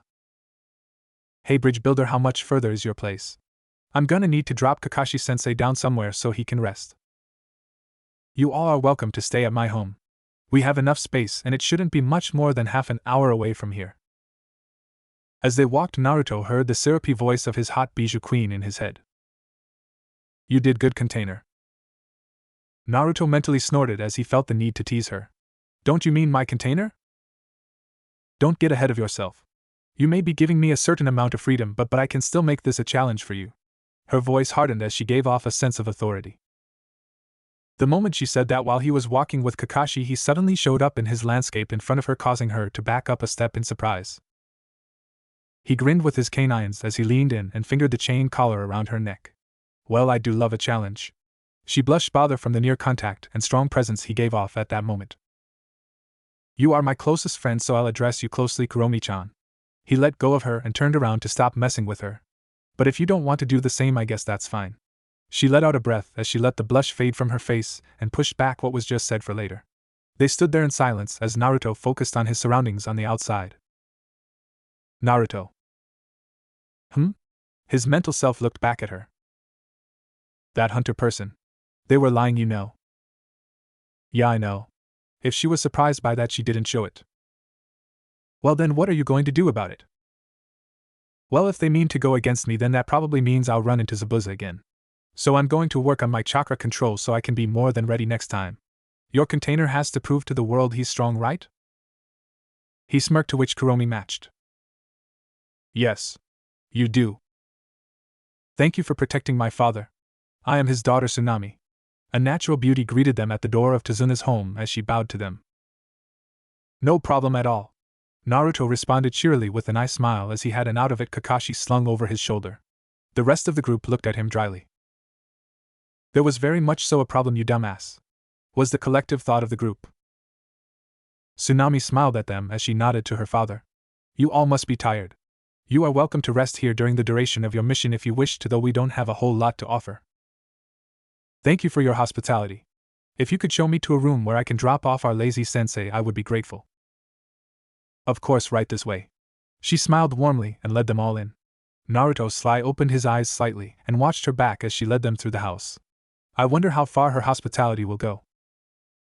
He lost his footing as a sharp pain suddenly went through his chest and he felt hot. His legs gave out and he fell to the ground motionless, dropping Kakashi, who groaned. Sasuke just looked down at him and rose an eyebrow. Huh? Shit, I did a bad thing, Naruto said out loud to himself, which only further confused them. Naruto's eye twitched as he stared at Kuromi, who was laying on her side outside the territory of where she could go, as a gate marked the territory. Kuromi, what the hell? Oh, my apologies, I seem to have tripped. She had an emotionless expression as she refused to make eye contact with him. The response caused him to deadpan. Outside the seal? Accidents do happen. He stared at her there on the ground for a little longer. Sighing, he moved and picked her up bridal carry, causing her to blush. Reaching a small lake with a waterfall, he formed a couch, not caring how out of place it was, and dropped her roughly in it. Hey! You're all right. He left his mindscape to rejoin reality to see that he had been dropped off in a guest room. Gauging his senses, he could tell where everyone was in the house. Kakashi appeared to be resting in another room while everyone else was mostly in the bottom of the house. Naruto gathered his unique chakra in his hand before moving it over the seal on his stomach. In a poof of smoke, Kuromi appeared on the futon. Huh, what is it? Naruto, without saying a word, sat down behind her and gentle grabbed her tail as he brought out a brush. She shivered a bit when he started to brush her fur. She rose an eyebrow and looked back at him amused. Oh? Spoiling me again? Yeah, well, you seemed suddenly jealous of our hostess. She turned her head away, trying to look oblivious. I'm not sure what you mean. Naruto just shook his head and chuckled. I'm the one trying to get you freedom, and yet you're the one clinging to me. There is more to freedom than just no person having proprietary rights over me. Besides, I'm just being protective of my container. Who knows what diseases you could catch from the woman? Well, I wouldn't catch anything actually. I don't get sick, and Jinchuriki have both a healing factor and immunity against cancers and sexually transmitted diseases. That's an oddly specific piece of information you have, but that doesn't matter. I still don't want you getting too close to that female. Better safe than sorry. Yeah, you're jealous. He gave a sneaky grin at her neck as her ears twitched and her eyes shone in irritation. Just hurry up and finish grooming me. She felt compelled to punch him if he said anything else. She squeaked when Naruto's arms her shoulders to cross in front of her and pulled her in a deceptively intimate grasp. Don't worry, Kuromi-chan, I am your container after all. I'll continue to spoil you as long as you allow me to do so. I don't believe I actually gave you permission to do anything beforehand. Naruto's smile dropped for a second as his eyebrow twitched at her. You didn't have to verbally say it if your actions say otherwise like that. He shook the thought away and smiled again. Still though, having the Bijou Queen herself allow me to hold her this close. Well, I'd say that makes up for my childhood at least a little. This caused her to grow somber as she looked down at the futon. Naruto's smile grew soft seeing her reaction to mentioning his past. If it weren't for me, your life would have been better. I'm sorry for dash. He put a finger under her chin and turned her head to him. One thank you is worth 100 sorries. I can't say my life would be as interesting without you, so if anything I should be thanking you. She lightened up and returned his smile. Thank you for allowing me to be your friend, MMPH? Her eyes widened when Naruto planted his lips on hers. It was soft and sweet and lasted long enough for her to regain her thought processes. And in a blur her tail grabbed him and slammed him down onto the floor. Thump. The others were downstairs doing various things. Tsunami was in the kitchen while Sasuke was sharpening his kunai. Hearing the loud thump from upstairs, he looked up at the ceiling. The hell is the dope doing? Naruto blinked in a half-open gaze as he lay there spread out on the ground. Shit, did I read the mood wrong? Why you can't just go and do that suddenly? Well, in my defense, I felt you were about to friend-zone me, and this is one of those moments where a guy doesn't want to hear that. I don't know what any of that means, but it still sounds like a terrible excuse. Okay, fine, next time I do it, just stop me, okay? Next time, you're moving too fast. Time is short. I'm a ninja, so who knows how long time will favor me. He looked up at her as she stood over him. Her cheeks puffed out at him in frustration. For a Bijou Queen, you sure do get flustered like a schoolgirl pretty easily. But I find it cute. She glared at him for a few seconds before there was a poof of smoke and she was seen in her fox form again. She laid down on the futon and closed her eyes. You have permission to continue grooming me.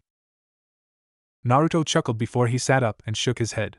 Well, my beast is my responsibility after all. It was the next morning. Tsunami was kind enough to fix breakfast for them. Kakashi-sensei, what do you mean that ninja is still alive? Kakashi sipped at his tea while the others gathered around him at the table. Or rather, he just held it to his face. They had no idea how he was even going to drink that with his mask on. The news of the ninja who gave them so much trouble being alive was a concern that Sakura basically voiced for everyone else. Yar, so much noise this early in the morning? They looked to see Naruto walking down the stairs with Kuromi on his shoulder. Ah, Naruto, how good of you to join us. Naruto nodded to Kakashi in greeting. So I see you believe Zabuza is alive as well? The Jonin rose an eyebrow at that. Oh, so you figured it out as well? Yeah, I figured it out as it was going on. Zabuza may have appeared lifeless and the hunter name might have been convincing, but a few things didn't add up. When a person sleeps or is paralyzed, their pulse can go to near unreadable levels, and there are methods of making one's pulse or heart stop without killing them for short instances of time. Well, even if any of things happen, you can't quiet the sound of the soul, and that's something my sense can pick up easily on prone bodies. Also, I can tell when someone like that is lying to me, so I didn't believe the hunter at all. Kakashi's eyebrow rose a bit at the new information. You can sense souls too? The sound of the soul I can feel, not the soul itself. But it's close enough, so I guess you can say I do sense them in a way. But as I said, I only really notice it on prone bodies. If the body is moving, then it's hard to detect this, what with all the other sound it would be causing. Ah, I see. Well, I figured the Zabuza was alive because the hunter who took him didn't destroy the body after he captured him.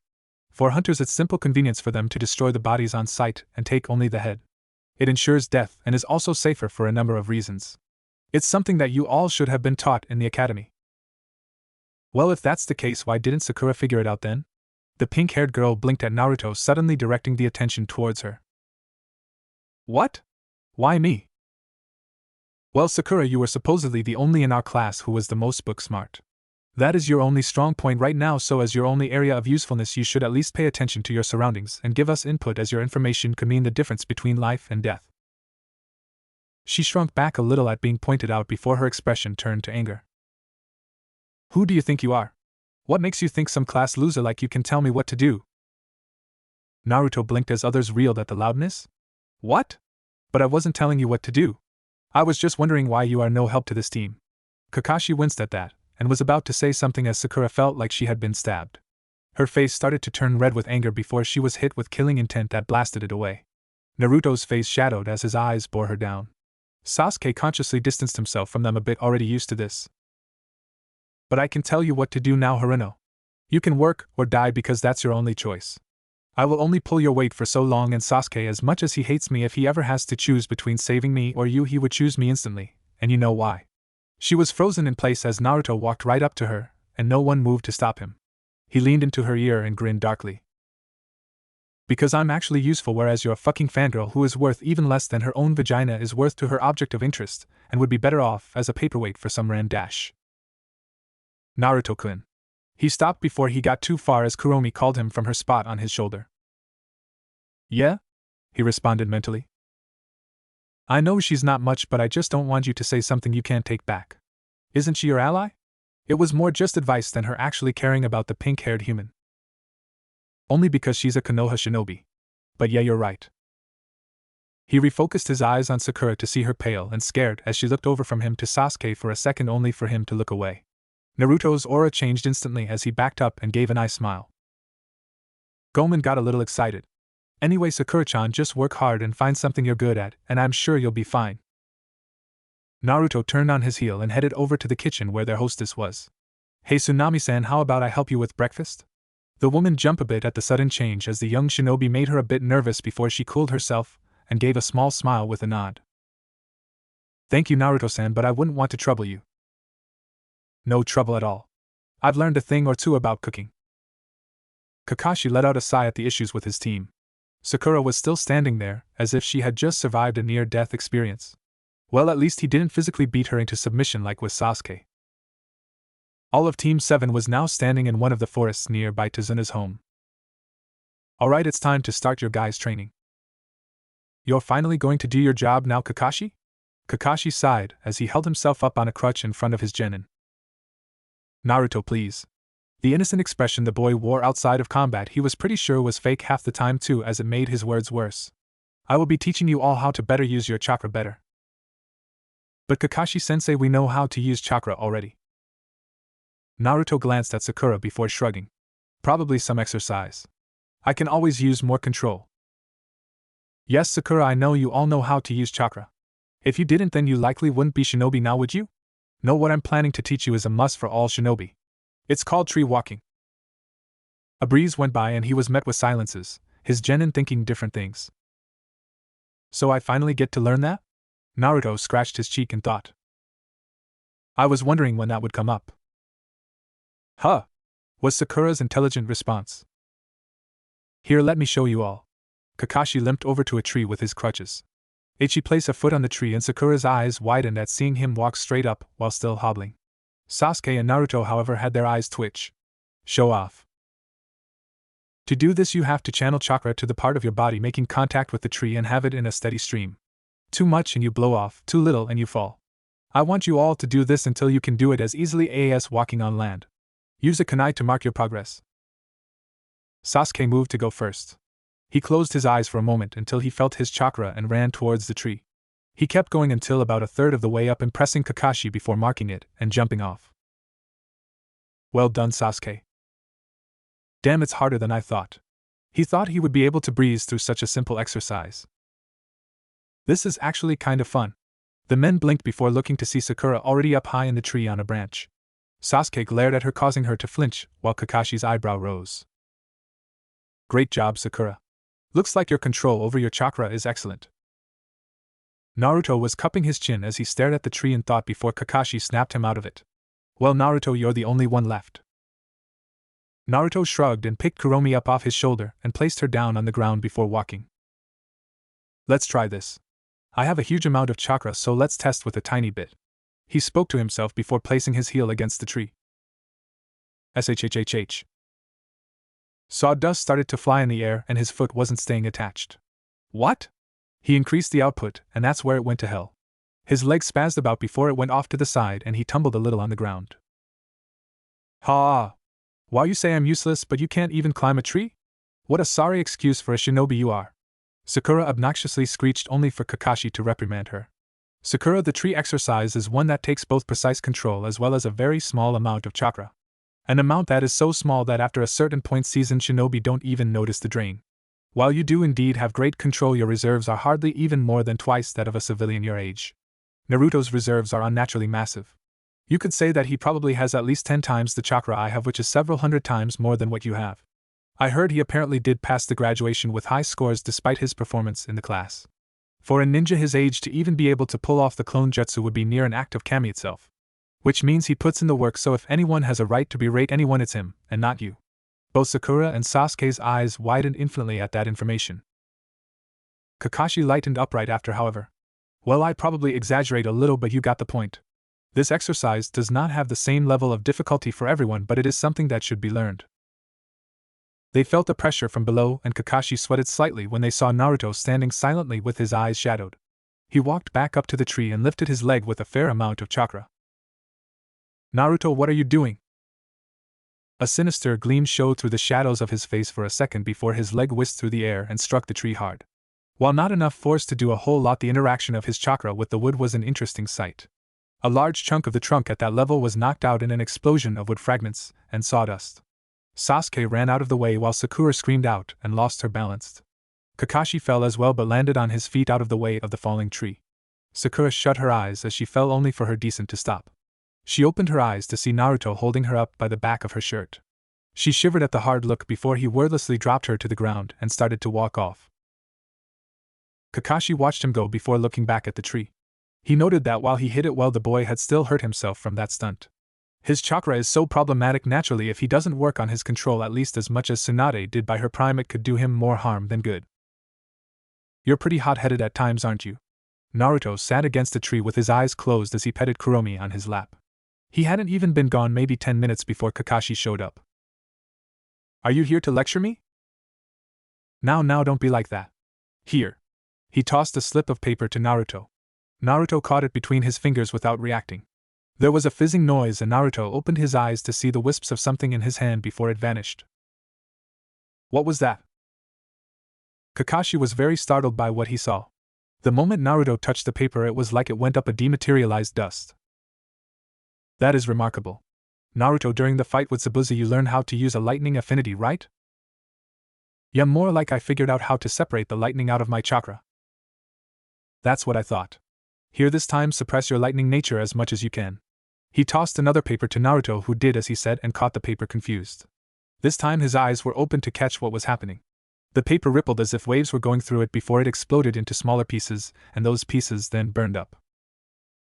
That was cool. I can't believe it. What I just gave you was chakra paper used to figure out a shinobi's affinities. We already know about lightning and I suspected wind as well. But from that show, from the paper, you definitely have a fire affinity, and I believe earth, but the way they interact with each other is in a way I've never seen before. Cool, well, I already knew about lightning and the wind aspect. But how does that help me right now? Well, I'd say you can become even more powerful in your bloodline if you both learn how to use it and learn to master the individual elements that compose it, thereby gaining better control as a whole. Then maybe you won't have to deal with the backlash of using your own chakra. He glanced down when he saw Naruto's leg twitch. As for your tree walking, I don't know. Maybe you just shouldn't use chakra. Naruto narrowed his eyes at Kakashi as he walked off, or rather hobbled. After Kakashi was well and gone, there was a puff of smoke as Kuromi entered her fox girl appearance. She held his leg gently and closed her eyes as he read chakra envelop the limb. Honestly, can you not be so reckless with this body? I still live in it after all. All along the lower leg there are small fractures. Well, if you'll be my nurse whenever I get hurt, then I'll stare any threat in the face without flinching. You kicked a tree out of spite and almost shattered your leg. The details aren't important. She sighed, and after a minute she set Naruto's leg down and walked to a tree, looking up at it. She scratched her head for a moment before shrugging. She closed her eyes and walked forward. She kept walking for a time. She stopped when she felt Naruto's eyes on her back. She opened her eyes and looked back to see Naruto looking up at her dumbfounded. What? What? She was standing on the trunk of the tree a good 15 meters up, looking down at him over her shoulder. How did you? She hummed and looked down at her feet connected to the tree, only to lose her traction. She squeaked as she fell back down. Naruto quickly stood up and caught her, though he was a little ginger on his injured leg. Well, that clears that up. She blushed at Naruto holding her like that before she stood on her own. Well, I am at my base a mass of chakra with a consciousness that evolved over time, so I have a godly amount of chakra. And I know how to use my body, which is chakra, intuitively. So I figured even if I'm sealed in you, how much my chakra flows out if I'm shrunk down to this size would still come out pressured. So I decided to just go on instinct. Naruto's eyes widened as he thought back at what Kakashi said. Maybe you just shouldn't use chakra. Was he giving me advice? I have a lot of chakra that's always flowing out, probably more than what people use for tree climbing, but because it's passively slipping out, it also clings to me for a time, so. Wow, I didn't think you were one, but you actually are a genius, Kuromi-chan. Before she could stop him, he moved to kiss her on the cheek, causing a blush to spread over her nose. You, what do you mean you didn't think I was one? She swiped at him but hit air as he had already moved towards the tree. The fur on her animal appendages bristled as the air around him went dead, and his eyes zoned out with his arms back at his sides slightly behind him. In seconds he made it the same distance as Kuromi had up the tree. He blinked and refocused. Well, that worked out great dash. He slipped and fell to the ground but managed to catch himself on the ground. The moment I think about the action of tree climbing is the moment I lose balance, huh? Oh yeah, I wasn't thinking either. Naruto looked at her dryly. I take back my genius comment. He ducked out of the way hastily as Kuromi's knee landed where his head had been, hitting the tree behind him and shattering the bark. I was joking. Wow, you guys sure are hungry. Tsunami smiled softly. Kakashi ate normally somehow. Sasuke ate fast, and even Sakura ate at a faster rate to try and regain their strength and fill their empty bellies from their training. Kakashi sat back and thought out loud. I wonder where Naruto is. Tazuna took a swig of his alcohol from his chair and glanced over at Kakashi. Was he not with you guys as well out there training? He was, but shortly after being shown what we were doing, I think he got a bit irritated, then walked off. I bet he's somewhere goofing off after having given up on tree climbing. It matches a class slacker like him. Sakura huffed as she finished eating. Oh really? A chill went up her spine at the voice behind her as a hand gripped the back of her chair hard. Naruto's slit eyes stared from the side at her. Oh Naruto, you're back. Naruto flawlessly switched back into his light-hearted demeanor. Hey Kakashi-sensei. Thanks for the advice with my training, it helped a lot. What advice? You know, when you said to not use, the words died in his throat as he thought about it again, and his face shadowed as he glared at Kakashi.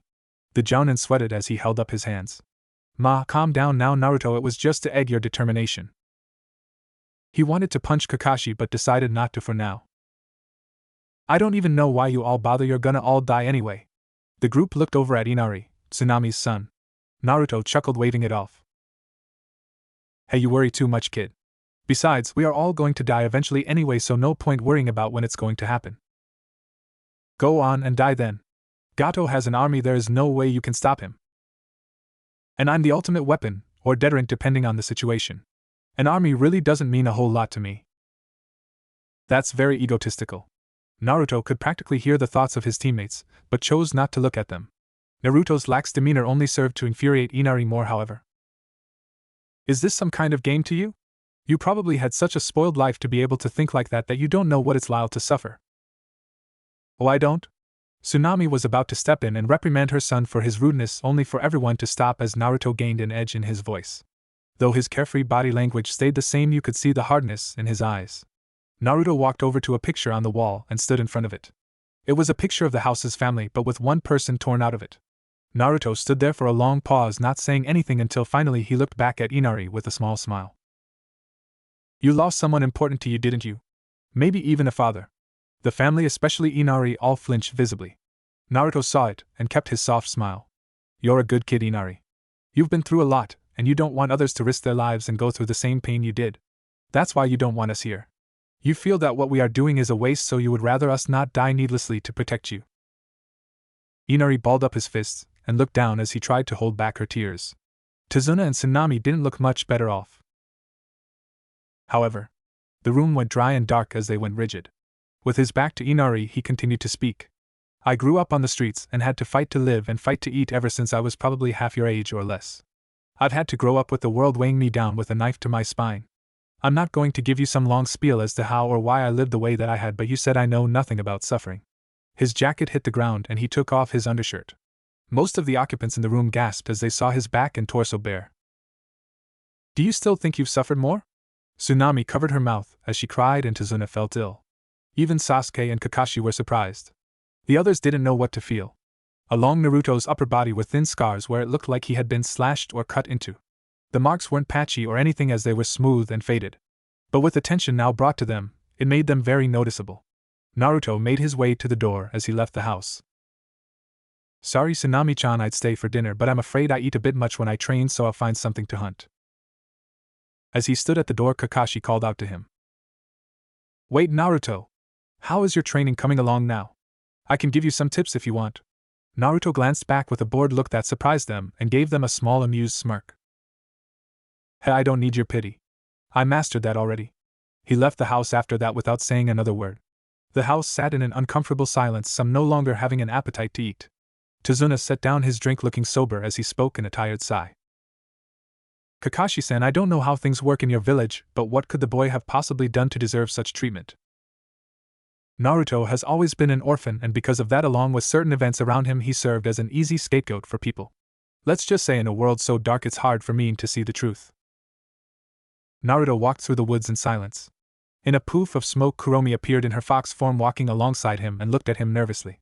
They walked for a good 10 minutes without a word being spoken. Finally, Kuromi had to break the silence. I'm sorry. It's not enough, I know, but dash. What are you doing? He kept walking but still glanced over at her. She knew exactly how and why he got those scars, so she knew why she was apologizing. If it wasn't for me, you wouldn't be tortured. Stop. You had to go through hell just to survive. Stop. You try to look happy all the time, but you have a lot of pent-up dark emotions. She turned into her yokai form as she looked down and held her arm, walking behind him. What? Stop. Yet you still want to free me, which you don't have to do. I should at least go through the pain you felt. But it still wouldn't be a suitable payment for what I've done, dash. I said fucking stop. He turned on her and yelled at her, causing her to flinch. He roughly grabbed her arm and pulled her in. Expecting to be hit, she was caught off guard again as Naruto's lips collided with her own. He hungrily kissed her as she tried to regain her bearings.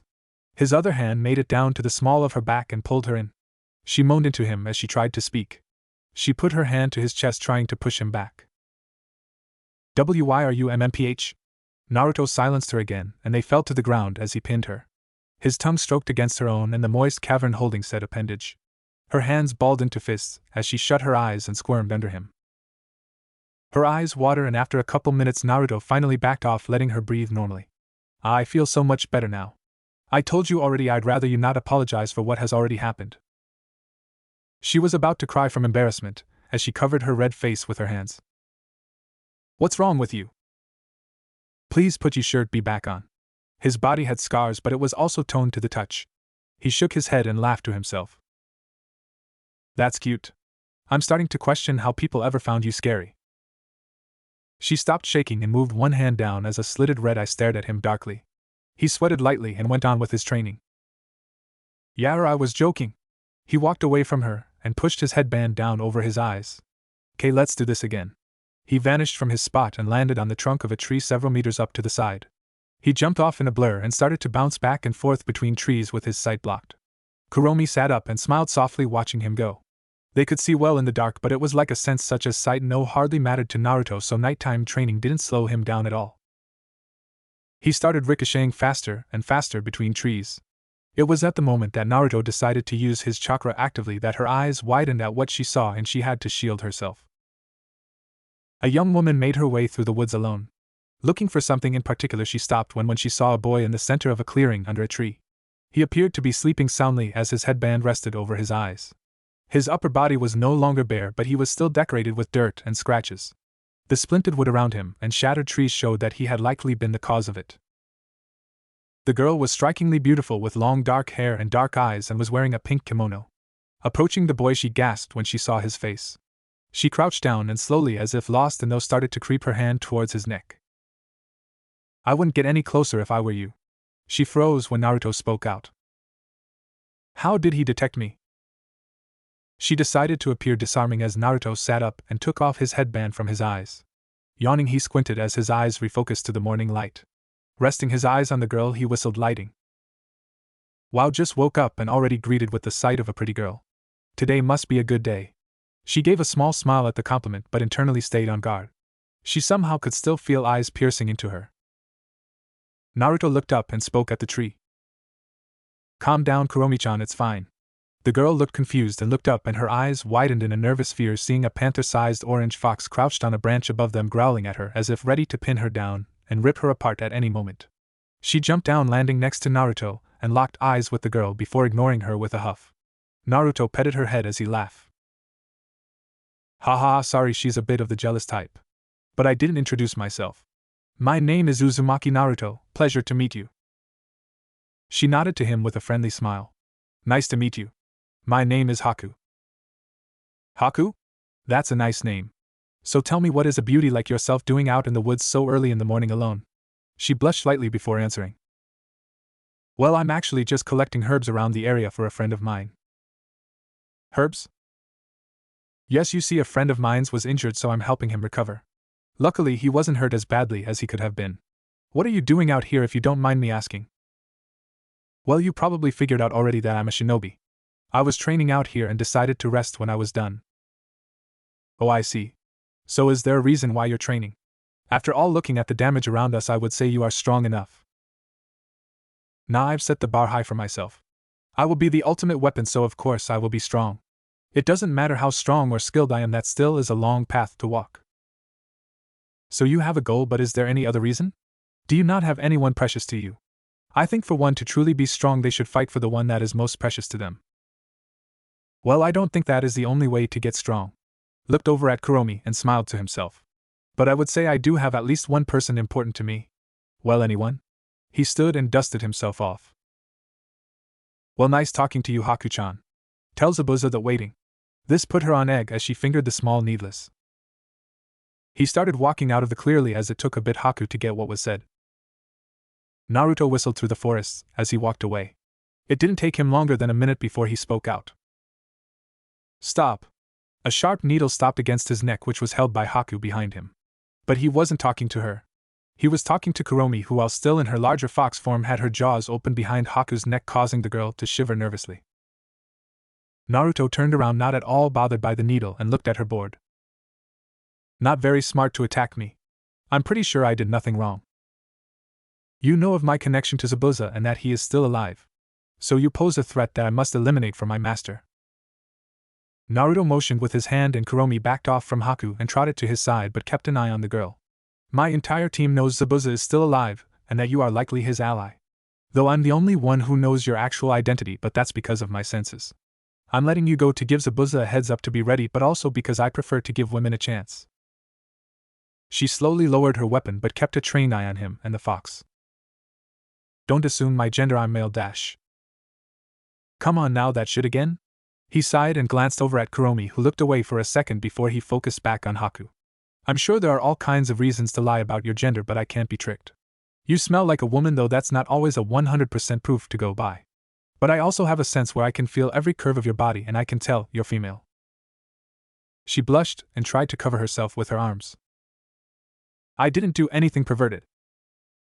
She decided that for simplicity it would be best to believe him. Fine, I will trust you and tell Zabuza that you are expecting him. So next time, I'm sorry to say, we will meet as enemies. She formed a hand seal and vanished in a swirl of mist. Naruto spun on his heel and walked away from the clearing with Kuromi. Just because I didn't kill you don't think that means we weren't already enemies. I tell you boy, your help means the world to me, Tazuna said to Naruto as the boy carried beams of wood across the bridge. Tazuna was short on workers and so the bridge building was taking longer than usual. Naruto volunteered to help, which Tazuna initially refused, saying that Naruto and his team was already doing enough for them. So Naruto pretty much forced his way into helping. The boy was strong enough to lift wooden beams that would take 2 to 4 grown men some work to lift, and he did it tirelessly. When Tazuna asked him why Naruto was doing this for him, the boy simply responded, "Sometimes you have to show people you're strong, especially when they think you aren't. Because when you show you're strong, you don't get pushed around." That response wasn't his answer but him giving advice to Tazuna for Gato.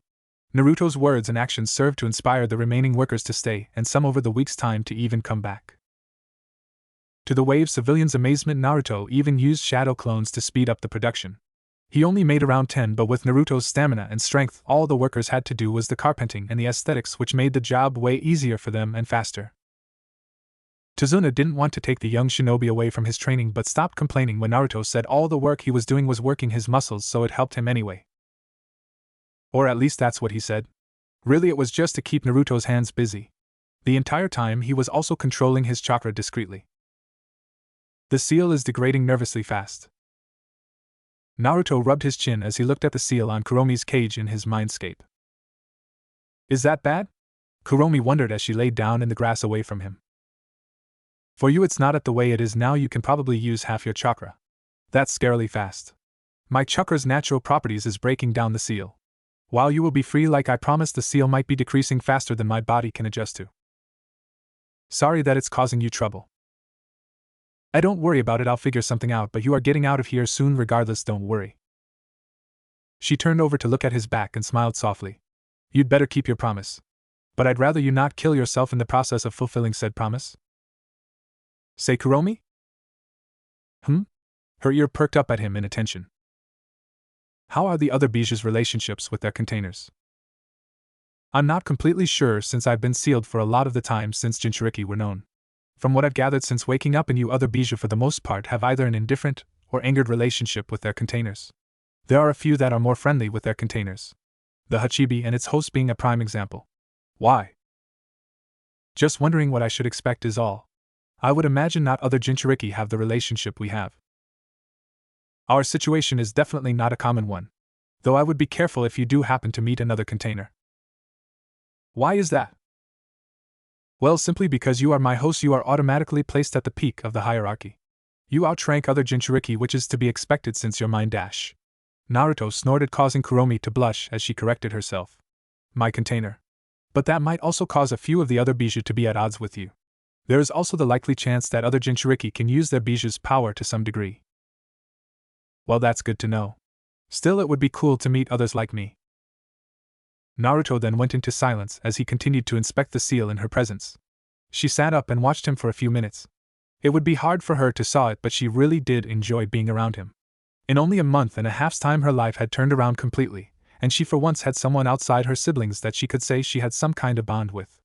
The feelings she felt, though she wasn't sure what all they were, or rather didn't want to acknowledge the state of them. She fidgeted a little before letting out a breath and biting her lip. Nera container. Naruto turned to look at her, curious at being called. Ya Kuromi-chan? There he goes with the familiar addressing with her. Yet she allowed it for some reason. Well, if you want, you can use my power. You know when you are in trouble. It would be inconvenient for me if you were to die too soon after all. Nah, I'm alright. What? She went blank for a second before getting a little irritated. Do you know what an honor it is for me to allow you to dash? I didn't mean to hurt your feelings, Kuromi-chan. I just never planned on using anyone's power other than my own. I grew up with my own power, I survived through my own power. The only time I would say I used your power was when the seal kept me from dying as a child. At least I think it was the seal. Her mood instantly dropped, as was the trend whenever he mentioned the harshness of his childhood. He saw her ears droop and smiled as he turned to her. If you want to fight with me though, I guess I can use your power with the exception that you use me as well. Is that okay? She smirked and tilted her head up away from him. Humph, as if I would ever need anything from you. But okay, I accept those conditions. Naruto chuckled at her act. Cute as always. He leaned in and gave her a quick kiss on the cheek before she could react and left the mindscape vanishing as she blushed shyly. As she sat there in the grass by there, her hand subconsciously went to the thick chain around her neck. I am not cute, I'm an intimidating force of nature, Baka, she mumbled to herself. No, you're not. She jumped when Naruto's voice echoed through the mindscape, showing that while he left he was still connected to it. Will you go away? She growled as she could hear the fading of Naruto's chuckling in the sky. Naruto woke up in his bed and stretched. He had a few bandages on his arms and scattered lightly over the rest of his body from the damage his training had caused. Wasn't that big of a deal to him, though. His ear twitched when he heard the sound of metal cutting through it, accompanied by a womanly scream and dishes breaking. Naruto felt into his sensory skill and was able to feel the presence of intrudes in the house, along with the fact that his team was not in the house. Guess they left guard duty to me. Well, at least they let me sleep. He sat up and pulled the bandages from his body, as he had healed up overnight on his own. He grinned excitedly as his hair flared out slightly from his intent. Show time! They were two men who could be assumed to be bandits holding swords. The shorter of the two had a malicious smirk on his face as they dragged Tsunami out. Yeah, it sucks being the bridge builder's daughter, but you're coming with us now. Ka-chan! Tsunami's eyes widened in fear as Inari came out, gaining the sword wielder's attentions. Oh look, the brat came out for his mommy, ha ha ha. Leave my mother alone! The taller of the bandits grinned as he approached Inari, unsheathing his sword. Oh, so the snot-nosed kid thinks he can order us around, does he? Don't touch him. I'll do whatever you want, just please don't harm my child. They looked back and saw the defiance in Tsunami's eyes and laughed as they left the boy. We are definitely going to hold you to that when we get you to Gato. They took her away as Inari watched, crying. His legs shook, but he was unable to move. The images of his father and Naruto flashed in his head. He didn't want to lose anyone else. He didn't want to always suffer. There were others who suffered more than him but kept going. He may be weak, but he can make himself stronger. And it was with that thought that Inari grabbed a kitchen knife and ran at them, screaming, "Let go of her!" Inari, stop! The young mother's eyes were wide in horror as the swordsman turned on Inari, and she could do nothing about it. Looks like the kid decided he didn't want to live anymore. The big one swung his sword down at Inari as the boy stabbed at him. The blade cuzzed through the air fast to hit Inari before the kitchen knife could even touch him. Dom. There was a gust of wind and took a few seconds for the people there to realize what happened as a voice spoke out. Not bad, Inari. Though if you are fighting someone, I wouldn't scream out like that unless you can move faster than sound. You're one to talk. Very funny, Kuromi. He mentally spoke out to his fox dryly. Everyone looked on shock as Naruto was standing there between them, holding Inari's wrist with one hand and catching the bandit's sword between his curled index and middle finger of his other hand. Who are you? Naruto looked at the shorter man holding Tsunami boredly. A badass. Who are you? I'm all. A kitchen knife was suddenly stabbing the man through the shoulder, causing him to release her. Unimportant. Inari looked down at his hand, seeing the knife gone. The taller bandit looked at him with some fear now. What did you do? No one yet. Maybe a hot fox girl at some point. After that, who knows? Naruto nodded his head to himself and looked off into space. His seal burned for a second, but he ignored it. What? The man was confused as hell now. You know, you should really get a better sword. Huh? What's wrong with the one I'm using? A shock went through Naruto's arm and he twisted his wrist, shattering the sword into fragments away from him. It's shit. The metal shards stabbed into the man's chest and face, and he fell back, bleeding out. The shorter man started to scramble back for his life as he held his impaled shoulder. Naruto moved to Tsunami and untied her. The moment she was free, she clung on to his shirt, hugging him as she frantically spouted out a series of thank yous. Naruto just rubbed her back as he looked down at her son. Good job, Inari. It is because of you stalling them that your mother is still here. Who knows what would have happened if they got away. Speaking of which. Naruto looked where the other bandit was running. He blurred out of sight, and before he knew it, the man was being held up with one hand around his throat as he wet himself. Naruto got an insane gleam in his eye as he leered at the man. Now you are going to answer some questions for me. This was the wrong time to let Naruto rest. Kakashi regretted as he held Zabuza's sword off with a kunai. When they got to the bridge, Zabuza and his accomplice attacked them. It's a shame, really. I wanted to fight that kid again. That other black-haired brat seems to have gotten stronger since he was able to take care of my water clones so easily, but he is still no match for Haku. And let's face it, the pink girl is useless. Zabuza cackled as he swung his sword at Kakashi again. Zabuza was no joke as he wasn't playing around like before. Zabuza had planned this out as well. His mist wasn't just used for silent killing but also to reduce the visibility of Kakashi's Sharingan, making this much hard. Sasuke's own kunai met a Saban as he fended off the hunter. You should really give up. Since you are Naruto-kun's friend, I wouldn't want to kill you. Sasuke's eyes widened in confusion for a second before it went away. You know Naruto? Wait, it doesn't matter, I'm not his friend, and you should be the one giving up. You won't win. I see. Well, no hard feelings then. Haku brought up one hand, shocking Sasuke as she made hand seals. You can make a jutsu that way? Haku ended on a seal and 1,000 needles materialized from the water in the air. All the needles rained down on Sasuke. He smirked, and a second later he vanished from the spot the needles stabbed down on to appear in the air. Sasuke threw several kunai, forcing Haku to jump back. Haku suddenly leaned to the side and a kunai went by from behind her. She looked back to see Sakura smirking at her. She realized too late that it was meant to distract and not hit, as a moment later Sasuke impacted his knee on the face of her mask. The blow sent her tumbling back. Looks like my chakra is working well. Zabuza's eyes widened as Haku was actually forced back, causing Kakashi to chuckle.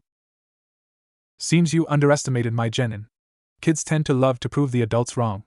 Sasuke is one of our village's most promising young fights, and he's an Uchiha.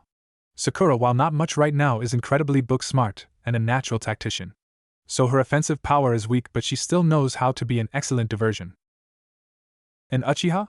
I thought they were wiped out. Sasuke is the last one we have left. Not only an Uzumaki but now an Uchiha? Haku, don't play around anymore. Yes, Zabuza. Haku stood up unharmed and made a lone hand seal. She unleashed her chakra as the air around her noticeably chilled. Sasuke looked on anxiously as the air frosted. What is this? Sasuke was surrounded by floating mirrors made of ice. To their amazement, Haku made contact with one of the mirrors and sunk into it. He shivered as he could see his breath from how low the air temperature dropped. This is my bloodline. You think you're fast? I'll show you speed. The moment Haku finished her part, Sasuke flinched as a cut appeared on his cheek. What was that? I said it was speed. This jutsu lets me move at near the speed of light. The voice echoed around him before he felt pain from all sides as he was cut up. Sasuke! Kakashi shouted and ran to help him, only to be blocked off by Zabuza. Not so fast, Kakashi.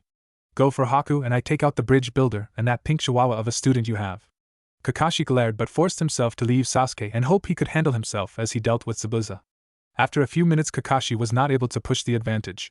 He was out of shape and practice from what he used to be. He knew that now, and that could cost him, especially since Zabuza hadn't been as injured by their first battle as he had been. Zabuza planned against his Sharingan, and it worked well, and yet Kakashi had neither a plan nor the reserves to counter him. Zabuza laughed out at Kakashi as he started to sweat. Ho ho ho, that boy is probably down on his luck by now, Kakashi, and pretty soon you will be next. It's a shame, really. I was hoping for that other kid to be here, but I'll find him after I drop your body in this sea. Someone call me? Both veteran shinobi's eyes widened at the shout. Sasuke's knees were weak as he was bleeding quite a bit. None of his wounds were that deep, but the pain and blood loss would get to him soon, and the lower temperature was already draining his stamina. He was able to see the blurring paths of Haku's movements, but not much else, and so was not able to really stop her. You have good eyes if you are even able to notice me, but I'm afraid I'll have to end this here.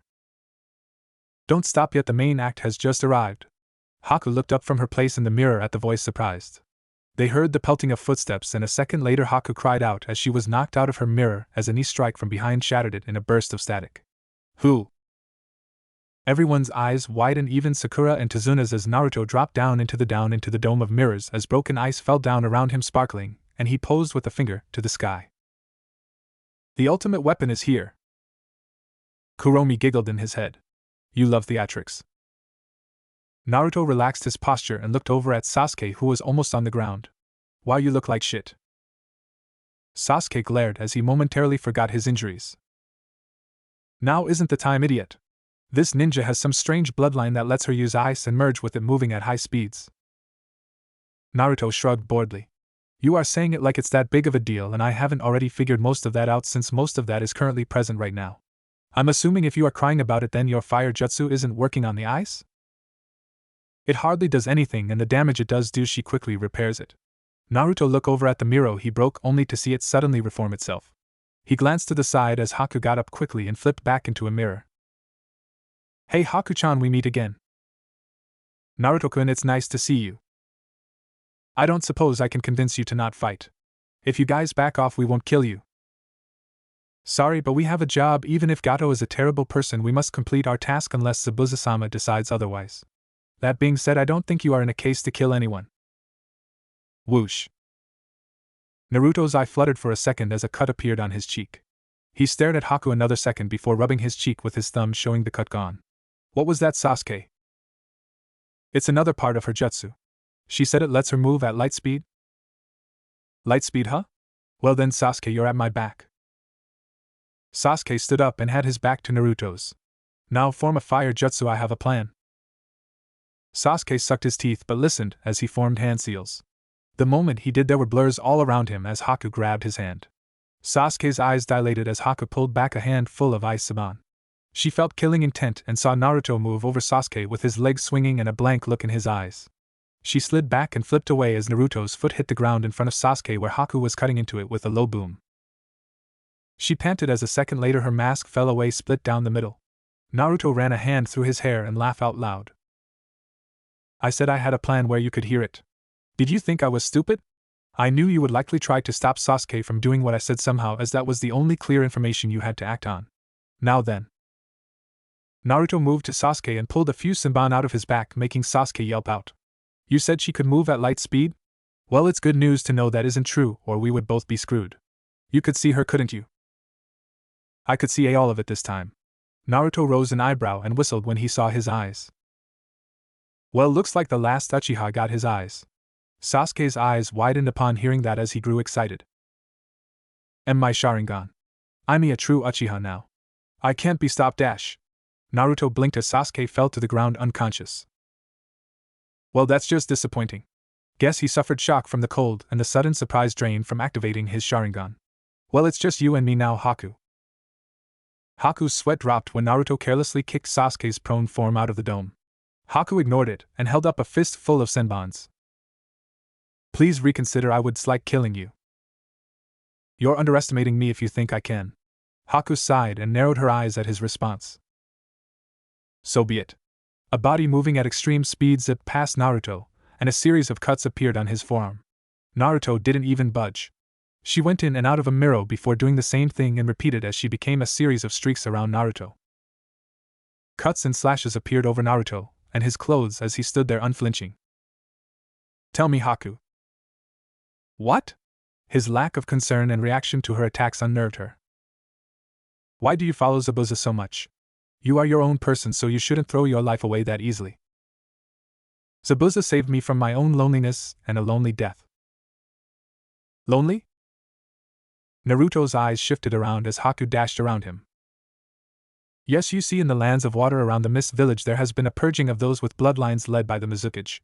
Anyone with bloodlines were seen as demons who didn't have a right to live. Naruto flinched at that. Haku noticed but continued. One day shortly after awakening my bloodline, my father saw me practicing with it. He gathered a mob and set out to kill me and my mother. While he did kill my mother, I managed to kill them all and escape. As I ran from town to town alone looking for scraps, as the civil war of the country had rendered local towns to poverty, I was found by Zabuza. He took me in, trained me, and gave me purpose.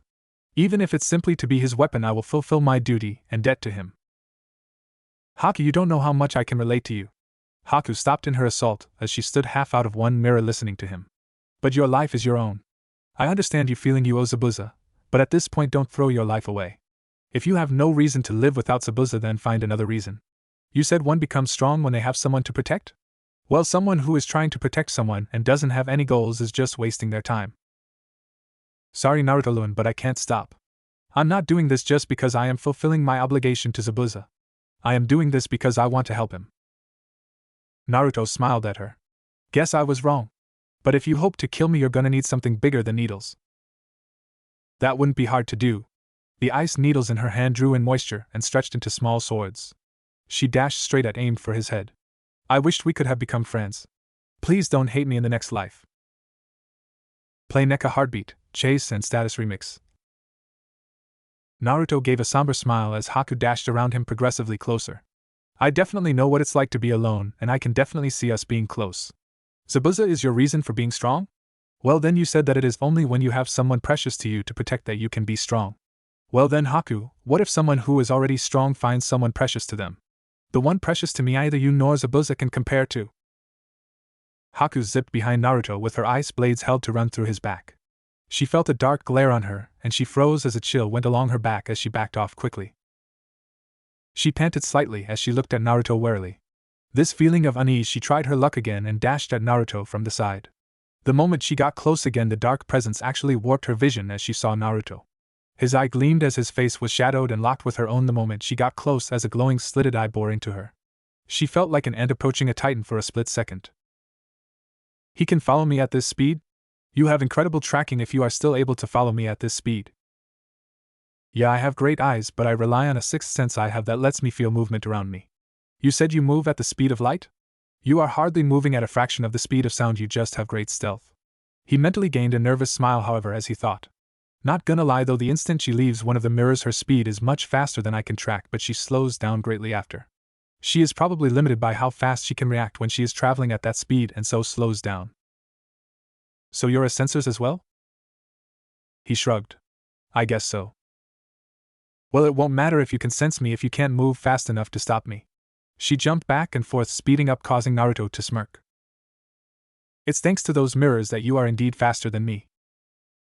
She shot straight forward at Naruto this time with her ice blade wielding hand pointed out at his head. I'm sorry that I have to end it like this. You are faster, but I'm pretty fast myself, and with my abilities and chakra, then even if it's for a moment. Crash. She ran into Naruto, and an instant later her weapons were shattered and she flew back. Then I can counter even someone moving at your speed. The impact caused a shockwave to ring out that cracked the ice around them, and Haku was sent flying through her own ice mirror, shattering it as she tumbled across the bridge. He struck me too, number 3 times in that exchange, yet I didn't even see them. Kakashi whistled as Zabuza, who was stuck in an exchange with him, was shocked. Naruto chuckled through the mist as he walked towards Haku's lying body. The mirrors behind them started to fall apart. I have to say your Kekei Genkai is a thing of beauty, but with my bloodline, even if it didn't outrank yours, it also has the type advantage over you. So you are gifted as well. Your bloodline is one I've never heard of before. She shakily got up on her feet as blood dripped from her mouth. As far as I know, I'm the only one with this specific bloodline. I used to think it was sound or shockwaves, but upon studying it I found out what the root of my bloodline was, and through chakra control I've made it better. It is simply the control of the movement of molecules and atoms. Vibrations, if you will. The flow of my chakra is erratic, like the excited palpitations of an irregular heartbeat. He held his hands out as he moved towards Haku. His hands went out, and the air started to distort around them rhythmically as a dull beat went out. It excites my body like a heavy pulse. He dashed at Haku without warning, surprising those watching at his top speed. Naruto was very fast for his age, but for someone like Haku who was used to high speed, she was able to react. She jumped back and threw a handful of saman at Naruto in waves. Without slowing down, he left short afterimages as he dodged the 3 waves of needles by inches. She gasped as Naruto was already on her. You are good, but you don't have the physical power to stop me. Shindoten, tie-in, pulsation release, base. Naruto's palm gained a white translucent glow as it struck the mirror, but Haku was ready as she put more chakra into this specific mirror than the other ones. Shatter. Naruto's palm shattered it all the same, and the shockwave traveled with pinpoint force as it hit her in her core, and she vomited a little blood and was sent tumbling. Naruto continued to walk towards her calmly as she struggled to get up. That was a great defensive use of your jutsu, but you don't have enough chakra to block me. Haku, we are on par in almost every category. The difference is I'm physically stronger, but that's not as important. My stamina, chakra levels far outmatch yours, and with the type advantage of my bloodline you will lose this, so just give up. She gave a smile that unnerved Naruto a little as she started making hand seals. I'm sorry, but I can't do that. You are strong and I may very well die here, but I won't give up either. If you don't kill me, I'll end up only killing you. A chain broke out of the ground and went around her neck, choking her, as she gagged, forcing her to drop her hand seals. The rest of the chain tore out of the ground, showing that it was a chakra chain coming out of Naruto's lower back. The chain pulled Haku towards Naruto within range. His eyes deadened as he looked right at her. I'm sorry. Naruto, without another thought, put his palm to Haku's cheek, and a pulse went through her body as she let out a silent scream before a torrent of blood sprayed out of her mouth. The light slowly left her eyes as they closed. Was I at least of use to you, Zabuza? Did my life mean anything? She only spoke the last part, but Naruto understood it all. As she died, he held her body and slowly laid her down on the ground. He could have killed her in more gruesome and less quick ways, but out of respect for her he chose this method.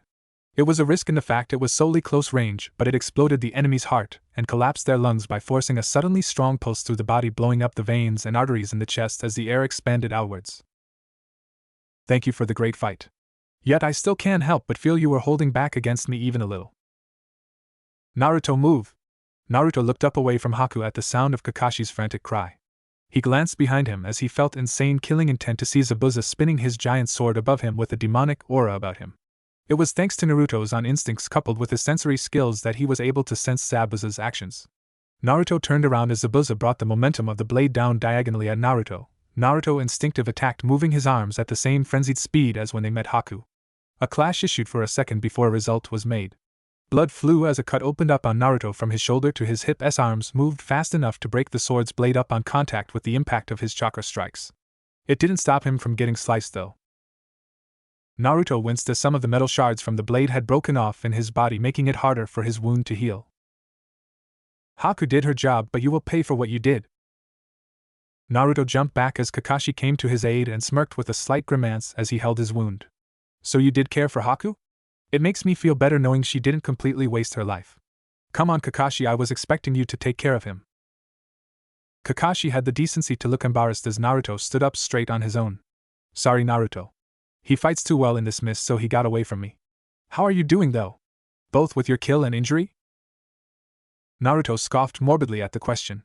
With the kind of childhood I've had, if that was my first kill, I would either have to be dead or retarded. As for the injury, well, I've had worse. Naruto looked eyes with Zabuza, seeing the man was angry at him, which wasn't surprising. Naruto only smiled at that, which angered the man more. You have my respect, Zabuza, but you are on your last legs. Kakashi may not have been able to finish you off, but you weren't going to last much longer, were you? It doesn't matter what state my body is in. To go out fighting fits someone like me. I can understand, but it's a shame, really. The way you are now, I bet even a genin with some skill can beat you. Naruto sweated lightly as that caused Zabuza's intent to spike and the demonic aura behind him to take shape. Naruto, what are you doing?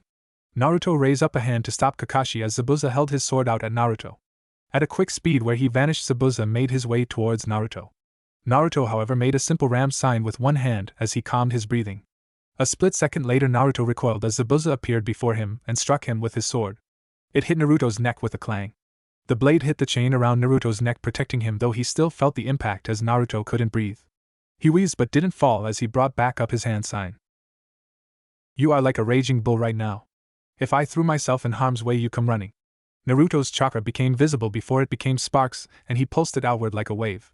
Zabuza's body seized up as half his body was paralyzed on the side holding the sword. Before swordsman could back up, a giant chain stabbed him through his chest. Why, you damn Uzumaki! Naruto grinned before his slitted eyes dilated, and he felt a wave of dizziness and pain. Sha! Naruto vaguely registered the screams in his head and around him. He vaguely knew who the screams belonged to, but that wasn't what his mind was on. His mind was handling the paint of metal fragments erupting out of his body, wound, draining and feeding on his blood. Zabuza gave out a hoarse laugh at his final act. It took a bit, but my sword's hidden ability finally came through. The Kubikura Bocho is the blade that will never die. It rebuilds itself from the blood of its victims, and each broken piece retains this ability. Even those small fragments you managed to chip off that fell into your wound. You threw your life away. Ha, for a plan that might work. For a plan that wasted enough time for me to fatally injure you. You and Haku are the same. You both were just looking for a place to die. The both fell to their knees as their injuries caught up with them. Naruto's injury specifically was like the most painful form of cancer, as the metal cells just kept growing.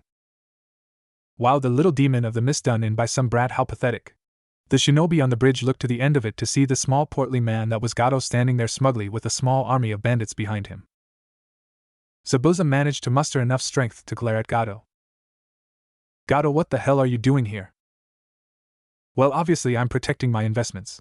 You see, I have too much cemented into this country, and trusting you to handle this job was clearly a mistake, so I've decided that you are going to die here today on this bridge.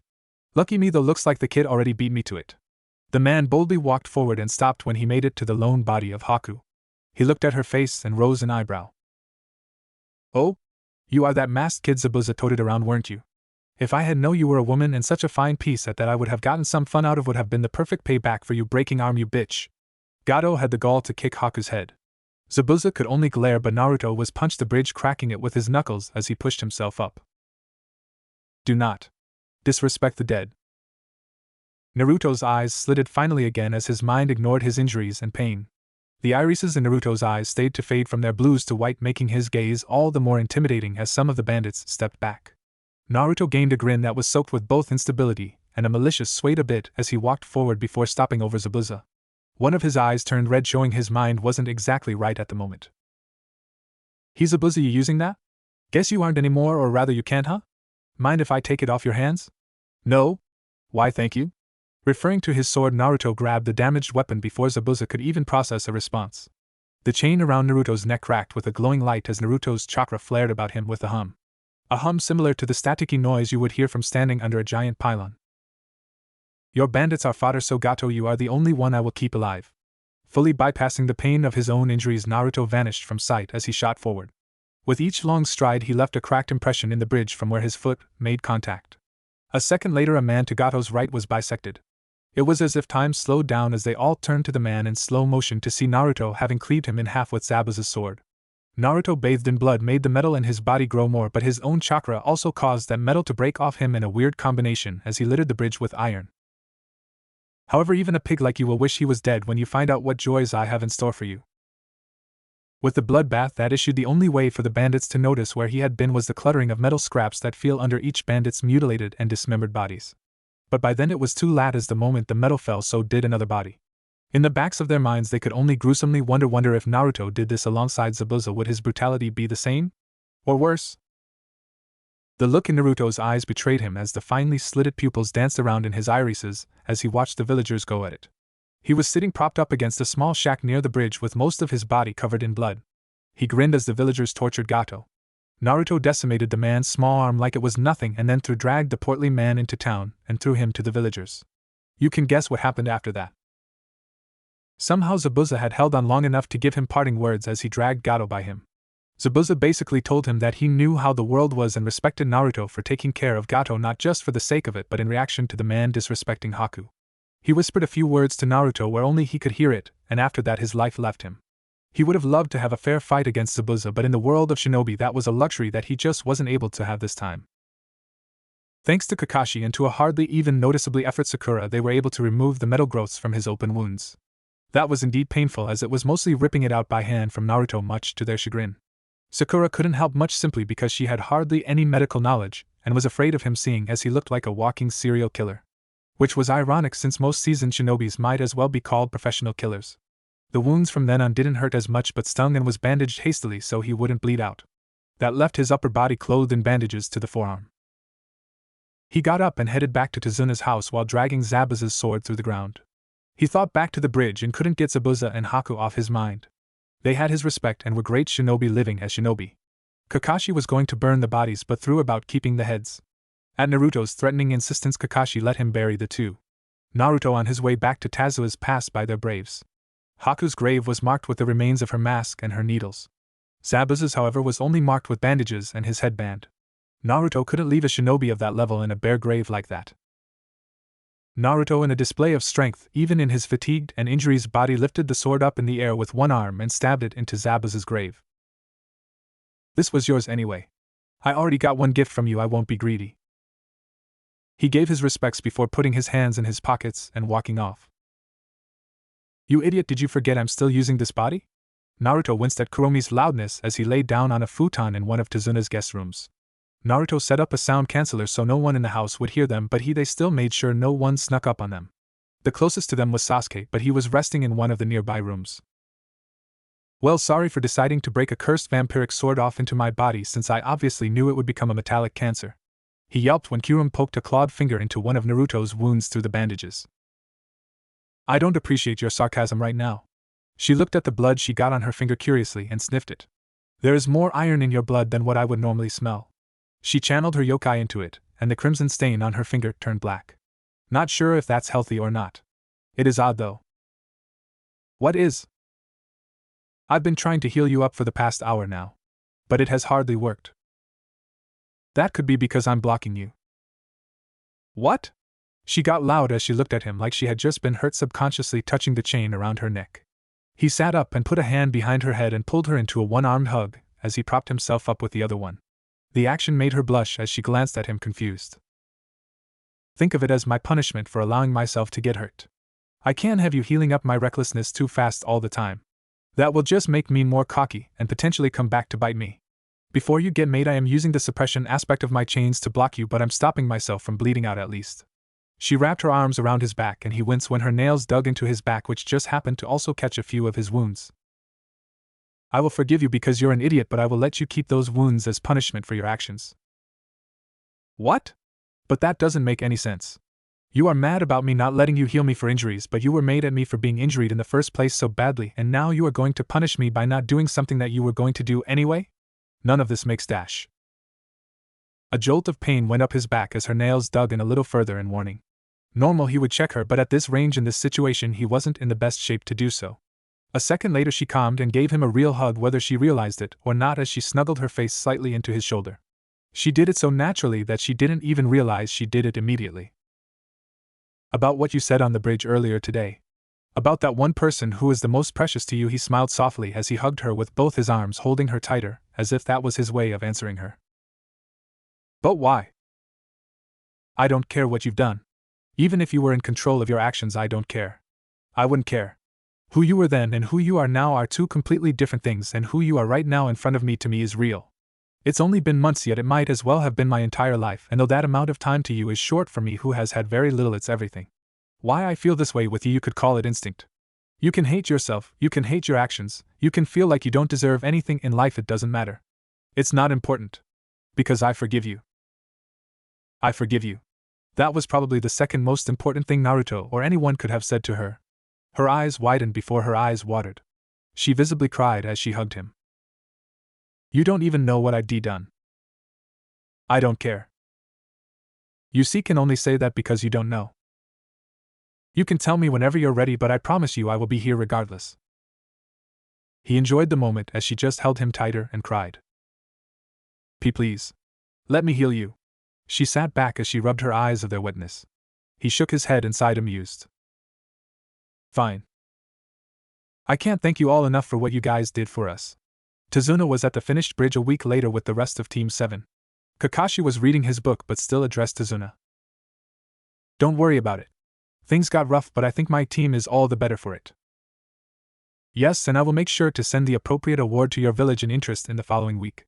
You guys saved us from Gato and freed this village and this country. Sakura bowed respectfully while Sasuke just grunted in acknowledgement. Well, till next time. We better get going. The group went on their way, running across the bridge to head into the trees. Naruto held back and nodded to Tazuna's family and the villagers. He still had a few bandages on his body where he was sensitive. The small fox was back around his neck, however, and seemed to be snuggling a bit closer than usual.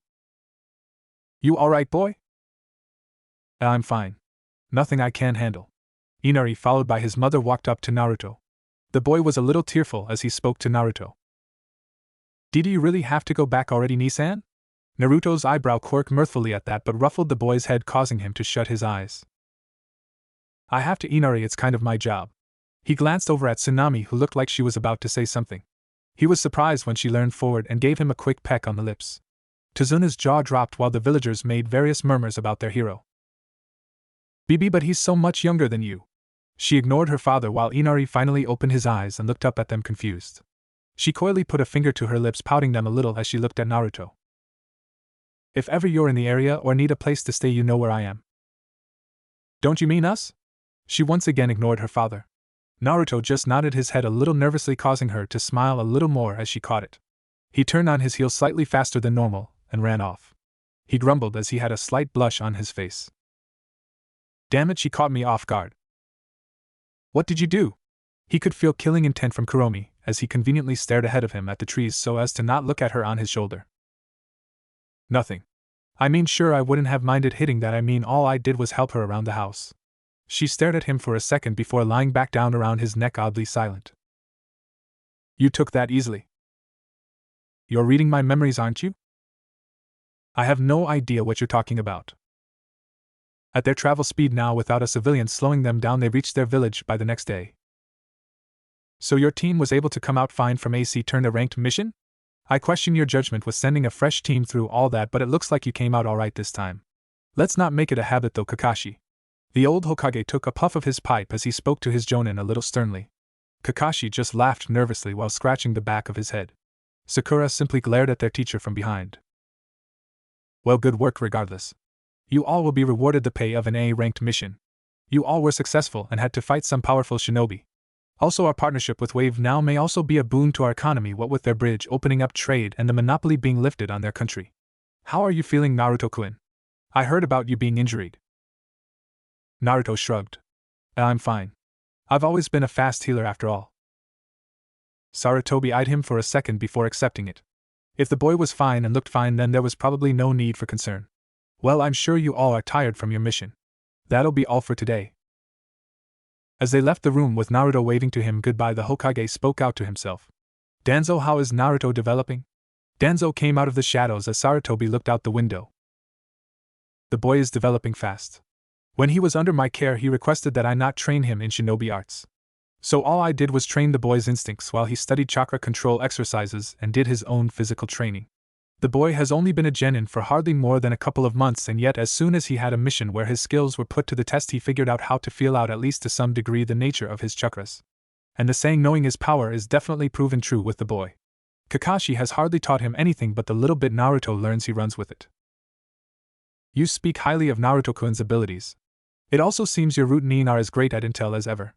Sarutobi eyed him as he glanced back. Danzo appeared to not have noticed. It is only thanks to you that they can operate now so freely. It should be noted, however, that he has a knack for knowing when he's being watched. The weathered Hokage nodded as he started to ponder thoughts on Naruto and the village's future. Week later. Naruto stared at the ceiling blankly as he kept his breathing even. Not that I mind all that much really, but I am a growing guy, you know. What you're doing can complicate things. Kuromi was laying on his chest snuggling in apparently as he slept. She stirred and sat up, making him twitch at where her soft rear pushed down on him. At least she was wearing clothes, kind of. One of his shirts was definitely his kind of cliché. If it were a different time, he would question why she was even wearing his clothes if she can create her own. Complicate what? I'm always with you anyway, with inside you or on your shoulder as a fox, so how is this any different? His eyes narrowed at her as she tilted her head at him, confused. I'm not sure if you're really that innocent and oblivious or if you are messing with me. Although you didn't have a problem with me and now you can't touch me? I don't understand you humans. Were you lying to me about forgiving me? That has nothing to do with. He stopped as her ears drooped. He sighed and pulled her down into him and held her. Fine, I'll just ignore your complaints then. She didn't fight his embrace this time as she laid pressed against him, and they enjoyed the morning. I guess getting the Danzo's lackeys to build you your own room was pointless. It was his gift to Kuromi that he had built while they were gone at Wave. It was a simple room, but the bed had red and black silk sheets, and was of a higher quality than his own. She loved the bed, but ever since they got back from Wave she had been kind of clingy. You can sleep there with me if you want. Naruto kissed her forehead, making her blush lightly. If that's what you want, my queen.